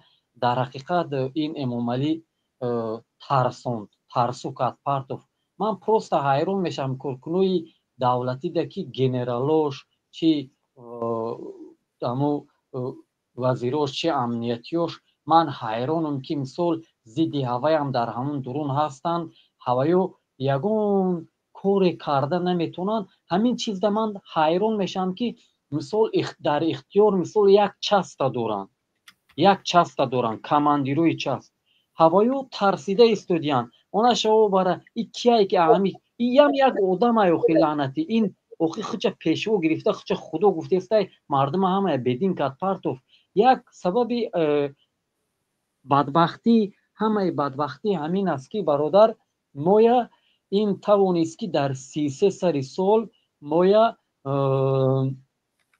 مردم بسواد کرد اساساً در بزید اسلام جنگ کرد ملوی به هر حیله به هر تهمت گرفت زندانی کرد مثال ملوی گرفت مته خودش ساخته همه ترسون بعد آدمو مردم بسواد کرد توانست که 33 سال حکمرانی کنه منطقه به منطقه جدا کرد برادر مویا منطقه به منطقه جدا کرد اینشا گفت ریگری و اینشا گفت کلوبی اینشا گفت زرفشانی و بدخشانی حصاری برای اوای مردم ازبک گفت و قرغیز گفت و قلاق گفت و نگفت که مثال مردم این مردمی که مثال من 33 ساله‌ام من مثال 34-35 ساله مثال مردم وقتی که این مثال هم خیلی یک انسان تربیتت میکنه مثال مکتب میروی درس میخونیم گویا که فلانی گنده گفتن گیره همون جوانای یوشه که هسته در همون منطقشون در همون کلشون همون چیه زبس میکنن هم میگن این گنده باید چی گفته اینش قلق اینش ازبک اینش توجیک اینش ریگری اینش کلوبی این هم خیلی کار پارتوف مردم بسواد کرد حاضر مثال حکومتش طولانی شده برادر حکومتش طولانی کرده حاضر اگر ای گوه او طرف میره با گوه ای طرف میره مردم برای اوای برادر جان اصلی اساساً کار ما باید کنیم که مخالفینه که مثال روشاد گپ میزنن میبروین برنامه ده گپ میزنن این همین مخالفونه که مثال حکومت میدونه همینو باید همشان این خیلی یک دست شوند یک پنجه شوند هدف ما تنها امامعلی اکای عبیدالله هدف ما تنها امامعلی شود بعدی وای اگر مثال تو کتی دیگرش دشمنی بعد چکوری میکنین اونشا عقل خطون فراست خطون حاضر دشمن اساسی ما امامعلی این مویا خونی مویا خورده سوده ای لعنتی این مردم وطن مونا فروخته ای لعنتی این با کسی رحم نمیکنه اگر گویم که این از نسل توجیک نیست از نسل چنگیز است این از همون نسل خودش یا مثلا در همون ملت خودش رحم نمیکنه مثلا اگر گویم که مثلا این گویم قلغای پدرش قلغای گویم اگر در همون ملت خودش رحم نمیکنه این مردم توجیکستان نمیخواه که آسوده زندگی کنن همش پرابلم کرگی همش با проблемаи худаш овораи ба як бурида нон зор кардагиашона коре кард ки мардум ҳама саргардонай ба ишками худаш овораи ин ҳукмронӣ кардесай ҳама дарбадар шуд. баъд а як тараф кадоме ки овоз буровард ҳамая якояк оста гирифта зиндонӣ кард, кушт, ҳама кора кардак. мардум дигар вақте ки оста зулм кардак, мардум нафаҳмид, то фаҳмид ки уже поздна шуд, ҳама ҷавонмардоя гирифт у зиндонӣ кард, партофт дигар мондагиш ҳама мирғӣ карда талахкаф шудагиянд. проблемаи асосӣ гирду атрофи ҳамун Эмомалӣ да касоне ҳастанд коркунои давлатӣ бояд ҳавоё вапше натарсанд, ҳавоё бояд сарҷам шаванд, якдигаршона донанд. агар ана ҳамун коркунои давлатӣ агар хеза ё ягон раис ягон командири част ҳамуно доранд ку бо шинос зидди Эмомалӣ доранд ку ҳавоё бо якдигариша медонанд. ҳавоё агар ки мардум хезан, мардум худаш автоматически мехеза. Эмомалӣ ҳам ҷо ба ҷо меқапиш, на гирехта метона, ягон кор карда наметона. охир ҳамин кие ки ҳамин Эмомалӣ лаънатӣ ки ҳамин метарсан. қасам ба азамати худо агар ман дар ҳамин пеш ҳамин бошам ку кори карагӣ ман мекунам. просто ози ҳаминҷа ман гап мезанам. мисол як хел мухолифин, як хел бародаро мегӯянд ки пушти экран гап мезанӣ. не, ман гапа конкретниша гуфтестам ака. ман гагаби гуфтагӣ нестам. мардонавор бародар азиз, ҳарфое ки худат мекунӣ воқеан бояд мо бироем. мо мутаассифона дар як ҳолате қарор гирифтем ки ваҳшатро дар дили худ, тарса дар дили худ ҷой кардем. аз ҳамин ҷои худмо намехезем берем бироем. масалан ҳар ҳарфе ки мезанем мегем метарсем аз ҳама чиз, дар ҳоле ки парвардигор мегӯяд ки инфиру хифофа ва thiqalan ва ҷаҳаду биамваликум ва анфусикум фи сабилиллаҳи заликум хайрун лакум ин кунтум таъламун. мегӯяд ки бархезед, парвардигор мегӯяд ки инфиру бархезед, фарқи намекунад, мегӯяд бархезед, яъне ин оят даъват мекунад барбихезед дар ҳар ҳолате, навобаста аз шароите ки доред, чи дар ҳолати пириест, чи дар ҳолати касалиест, чи дар ҳолати сахтиест, чи дар ҳолати осониест, барбихезед барои ҷиҳод, бихезед ва анфусикум фи сабилиллаҳ, дар роҳи худо бароед. баъд ва биамваликум анфусикум, ба нафси худ, ба моли худ, ба ҳамаи худ, заликум хайрун лакум таъламун, барои шумо ин кор беҳтар аст агар донед. мо бояд дар роҳи парвардигор барои мубориза барем ва ҳар лаҳзае ки мо тарсу дар дили худ ҷой кардем, он замони ҳеҷ вақт парвардигор барои мо шумо нусрат намедиҳад. агар мо роҳро интихоб мекунем ки барбигардем дар Тоҷикистон муборизаро бибарем, бояд бидонем ки мо ягона роҳ ҳамон чи аст? мубориза аст. ягона коре ки мо метавонем анҷом диҳем ин чи аст? инқилоб дар Тоҷикистон аст. мо чӣ гуна метавонем дар Тоҷикистон инқилоб кунем бидуни рафтан ва мубориза бурдан?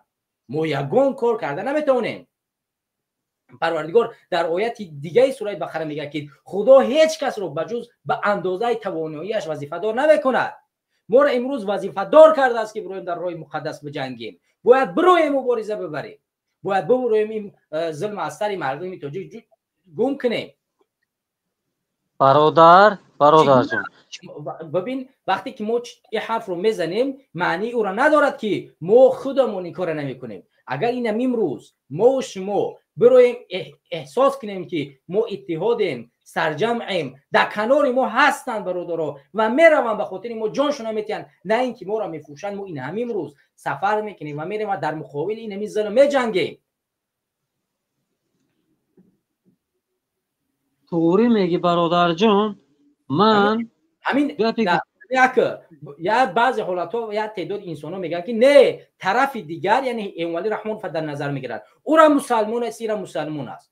мо чӣ гуна мерем меҷангем? вақте бо дар ояти дигаре парвардигор мегӯяд дар сураи Ҳуҷрот ки агар гурӯҳи муъминоне бо ҳамдигар меҷанганд, кӯшиш кунед бо онҳо сулҳ биёред ва агар як гурӯҳи дигаеш ки таҷовуз мекунад, дар муқобили таҷовузгараш биҷангед. ки Эмомалӣ раҳмонов имрӯз ба тамоми муқаддасот дар ин ҷанге ки дорем меҷангад, мубориза мебарад. мо барои сулҳ, озодӣ ва барои беҳтар сохтани вазъият мо имрӯз ҷанги даистоди мубориза мебарем. пас бояд истод мубориза бурд, Тоҷикистонро аз дасти ин золим наҷот дод. вагарна ин ҳамин гуна рафтан мегирем, ин ҳамин гуна ҷанги Эмомалӣ раҳмонов бар алайҳи дин, бар алайҳи арзишҳо, бар алайҳи мардум дар Тоҷикистон идома меёбад. мо шумо ҳар рӯзе барои худмон, барои фардо دعوت میکنیم، بعدا میگیم که فردا در تاجیکستان دیگرگونی میآید، ولی هیچ وقت در تاجیکستان دیگرگونی نمیاد. تا زمانی که ما و شما مبارزه را نبریم در تاجیکستان دیگرگونی هم نیاریم. تا زمانی که امام علی هسته هیچ دیگرگونی نمیشه در اوجا. تا زمانی که بجنگیم در مقابل به جنگ نمیشه برادرو، از جنگ نباید ترسید. ما اینمی در اول برنامه چند بار اشاره کردیم که 5000 6000 فقط در جنگ سوریه از تاجیکستان برده کشته شد. 1000 نفر دیگه امروز در جنگ اوکراین میجنگه. از اوکراین نام و فامیل و چه همه اسنادش نشر کرد. زیاده از 1000 نفر از جانب روسیه در جنگ اوکراین اشتراک داره. از طرف اوکراین با چند نفر دیگه تاجیک اشتراک داره. همه است. اگر ما برای وطن خود ما چرا باید بریم در جنگ‌های خارجی بریم جنگ کنیم؟ کدام نفر در همین جنگ روسیه اوکراین برات اشتراک نشهید میشود؟ به خاطر چی میروند میجنگند؟ یک روس کشتن چه ارزشی دارد؟ باید ما برای وطنمون، برای ملتمون، برای سرزمینمون باید بریم جنگیم. به ناموس به شرف جنگ اوکراین کجا میره؟ در جنگ اوکراین تر چی انتظار است؟ تاجیکستان وطنت، سرزمینت امروز را انتظار است. باید برای سرزمینت برای بجنگی، باید برای سرزمینت را آزاد کنی. امروز در تاجیکستان به ناموس خواهرت، به ناموس مادرت، به ناموس وطنت، به ناموس تمام ارزشات میرسن. خاموش امروز رفتی در اوکراین خودت رو قربانی میکنی. امروز میره در کراکو سیتی میره حمله میکنی. چرا امروز وطنت انتظار در وطن ظلمت کرده شدن؟ چی ناموس امروز در وطن مونده است؟ خواهرت رو در روز روشن میاد میگه روی مالت رو از سرت بگیری، در داخل وطن مسجد میاد میگه ملا امامت رو فلان کنم. امروز نشستی خاموش نگاه انتظاری. ملا امامت رو خورد میکند، خواهرت روی سریش رو میگیرد، در قج گوجه 1000 نفر است ریشی برادرت رو میرد در داخل اداره های پلیس از سرش میگیره. خاموشی اختیار کرده و در مقابل همین ظالم نمیجنگی. بعد دیوسی را انتخاب کرده حرفی نمیزنی. پس از کدام جهاد، از کدام مبارزه، کجا میروی شما بیناموزه در جنگ‌های دیگر کشورها اشتراک میکنی؟ بیا بریم وطن را اصلاح کنیم، بیا وطن را آزاد کنیم. در سال 2014 وقتی که ما میخواستیم در تاجیکستان یک دیگرگونی به میان میاریم، یک گروه از تاجیکستان بیناموس، از تاجیک‌های بیناموس کانال شدن به دولت اسلامی دعوت کردن که 6000 تاجیک بردن در اونجا کشتن. اگر این تاجیک‌ها میرفتن برای تاجیکستان میجنگیدن، برای آزادی وطن میجنگیدن، مبارزه میبردن، امروز در این گونه غفلت قرار نداشتیم. همون روز یک از بانوسوفوسترین دامله‌های اهل سنت دکتر عمرو یک حرفی خیلی خوبی را گفت که جهاد میکنید امروز در تاجیکستان جهاد کنید، آبادی میخواید در تاجیکستان آبادی کنید، آزادی میخواید در تاجیکستان آزادی کنید. برای فلسطینی مجاهد فلسطینی نیروی آدم در کار نیست، برای مجاهدی سوریگی نیروی انسانی در کار نیست. اونا انسان دارن، شهرونداشو خیلی زیادن، برای اونا پول در کاره، برای اونا مال در کاره، برای اونا تجهیزات لازمی در کاره. اگر تو میخوای باید وطن خودت رو اول بسازی، باید در وطن خودت اول مبارزه رو ببری، وطن خودت رو بسازی. همون حدیث مشهوری رسول خدا صلی الله علیه و سلم است که بگه اگر میخوای صدقه کنی اول در نزدیکترین آدمی خودت صدقه، که در نادرترین انسانت، اگر که نادرترین انسان نزدیک خودت نداره، در همسایه خودت صدقه، که همسایه خودت نداره، در دهات خودت نداره، در جماعت خودت نداره، در شهر خودت پیدا کن اول.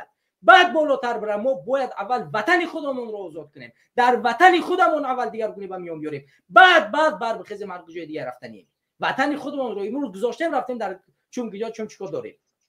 بیاید وطن رو از اینجا نجات بدیم، ناموس خودمون رو حفظ کنیم. برادرو، ناموسی ته امروز در ذلت قرار گرفته است. امروز مردم تاجیکستان یک قسمتش دیوس شده رفته است. امروز از تعریف، توصیف و چاپلوسی دیگر کار انجام دادن نمیتونن. کدام انقلاب رو وقتی ما و شما اینقدر چاپلوسی رو میبینیم، اینقدر دیوسی رو میبینیم صحبت خواهیم کرد؟ 4 نفر دیگه که ناموس هدف دارن اینجا نشستن، بر نمیخیزن بر بگردیم بریم وطن آزاد کنیم. ما تعداد امروز کسایی که به این عقیده آزادی تاجیکستان هستیم به انگوش شماریده میشود. باید بر بخیزیم احتیاج بریم تاجیکستان آزاد کنیم، وگرنه این گونه رفتن بگیریم، این گونه بیناموس، این گونه دیوس، این گونه بشرافتی، این گونه ذلت رو میپذیریم، این گونه رفتن میگیریم و هیچ دیگرگونه به میان نمیآید. و یا تعداد قلم به دستان دیگه میآیند، ما را مینویسن که بله اینا چیکار کردن، تروریست شدن و فلانی بیعت کردن، فلانیش از راه دینی میرفت. خب تو از دیگر راهش نرفتی، برای ما اجازه که از دیگر راه ببریم دیگرگون کنیم. 40-50 سال میشود برای ما وعده خودمون در تاجیکستان آزادی میاد. از کدام راه؟ از فلان راهی که باید مردم بخیزن انقلاب کنن. این مردم نمیخیزن، باید راه دیگه ش و روش های دیگه ش آموخت. اگر ایدئولوژی دیگر نباشد این مردم را بیدار نکرد ایدئولوژی دیگرش را بگیر راه دیگرش نبود راه دیگرش را فرصت دیگرش نبود فرصت دیگرش را بگیر ولی در تاجیکستان دیگرگونی به میان بیار تا کی ما باید بترسیم فلان اسم نگه که من میترسم فلان کشور نره که من میترسم فلان خب دیگه میترسی کجا ترس است دیگه اوخی کجای دیگه ترسش مونده است 6-7 هزار تاجیکستانی در این چند سال در جنگ‌های دیگر کشته میشود این تقریبا نمیشود اوخی برادر سبب همه بدبختی امام علی مردم گمراه شدگی مردم ملایی که نابود کرد و همین دین میترسه امام علی ده دشمن مسلمانای دشمن مردم مسلمانای مردم گمراه شدگی مردم بیسواد شدگی مردم نمیفهمه شورنوکیش که پس شد بعد گمراه کشید نمیدونه چه میره و جنگ دیگه جو وطن ایجا موندگی کی این گجای فکر میکنه هم خیلی میشوده دیگه این لعنت کرده برادر جان شخصا من آوازی من مثال ممکن فکر کنی که مثال پس پرده گپ میزنه مثال هوایی گپ میزنه نه من کم موندگی برادر من اگر درون کوری کرگی من میکنم بعد همونجا بعد میفهمی من درون من گلگو میدوزم یا ای طرفه میشم یا نیست میشم یا مردم یا میخیزه یا اون گپ میشه انشالله لیکن کم موندگی انشالله و رحمان من درم این لعنت کرده تو رفتن من یکون چی نشوه اکوش پروردگار میدونه من وحشه نمیترسم برادر و بایدلو من قسم به عظمتی خدا من درون باید درون ده کاری کنم برادر باید درون ده کاری من کنم من ایجا درومدم پروستا بفایده ایجا ده من برومم من باید درون من نمیترسم درون ده کاری باید کنم من روشو گپ میزنم مردم کتی این خیلی قبط با هم خیلی شناسم کدی گپ زده آدمای شناسای کلان کارکنای دولتی هم هست که میرم کانکریت نه عدل نکتشون گپ میزنم این هم خیلی گپ میزنم کار میکنم که نیوه او برای حرام زاده کار میکنم که همین گلگوش میدوزم انشالله اگر تو رفتنی من نشوه کار میکنم لعنتی امومالی سک تو دونگی کارت میکنم که لعنتی همین قسمتی مانده میشوده اگر تو رفتنی من نشوه لعنتی یک طرفه میشوید برادر جان دل شکسته نشوین باید سرجم شوین برنامه داکای برادرو دروی انوخی برادروی مبوریز گپ زن انوخی لایکوتون مونین دیگه تلخکف نشوین دیگه ترسیدن بس ایوخی اونا شو برای درآمده کاری کردن در کورای دیگه خیلی بس ای باز من کانکریت ندونم که درون ده مثلا ایپشتی من اگر یگون تاد باوری کنی درون ده آدم من پتکلچت کنی درون ده دونم که 100 دونه آدم هستی والله قسم این بین دو موده کورما توری میکنم بین یک دو موده میپرم پیش میکشم والله قسم اگر نکشم پروردگار من حرام کشه به ایمان برم از همین دنیا قسم به عظمت خدا میزنم میرم من پتکلچت کینن اگر من همین نرفتم اینم خیلی نومی منم میدونن اکای محمد اقبال هم میدونن المازم پاسپورت من این خیلی نشون دادگیم اینم خیلی گیرین نشون کن پس دیدیم پیدراز گوین یوتیوب ده اگر که من اگر که نه برومدم من خیلی نامردی کردم من فوش کنین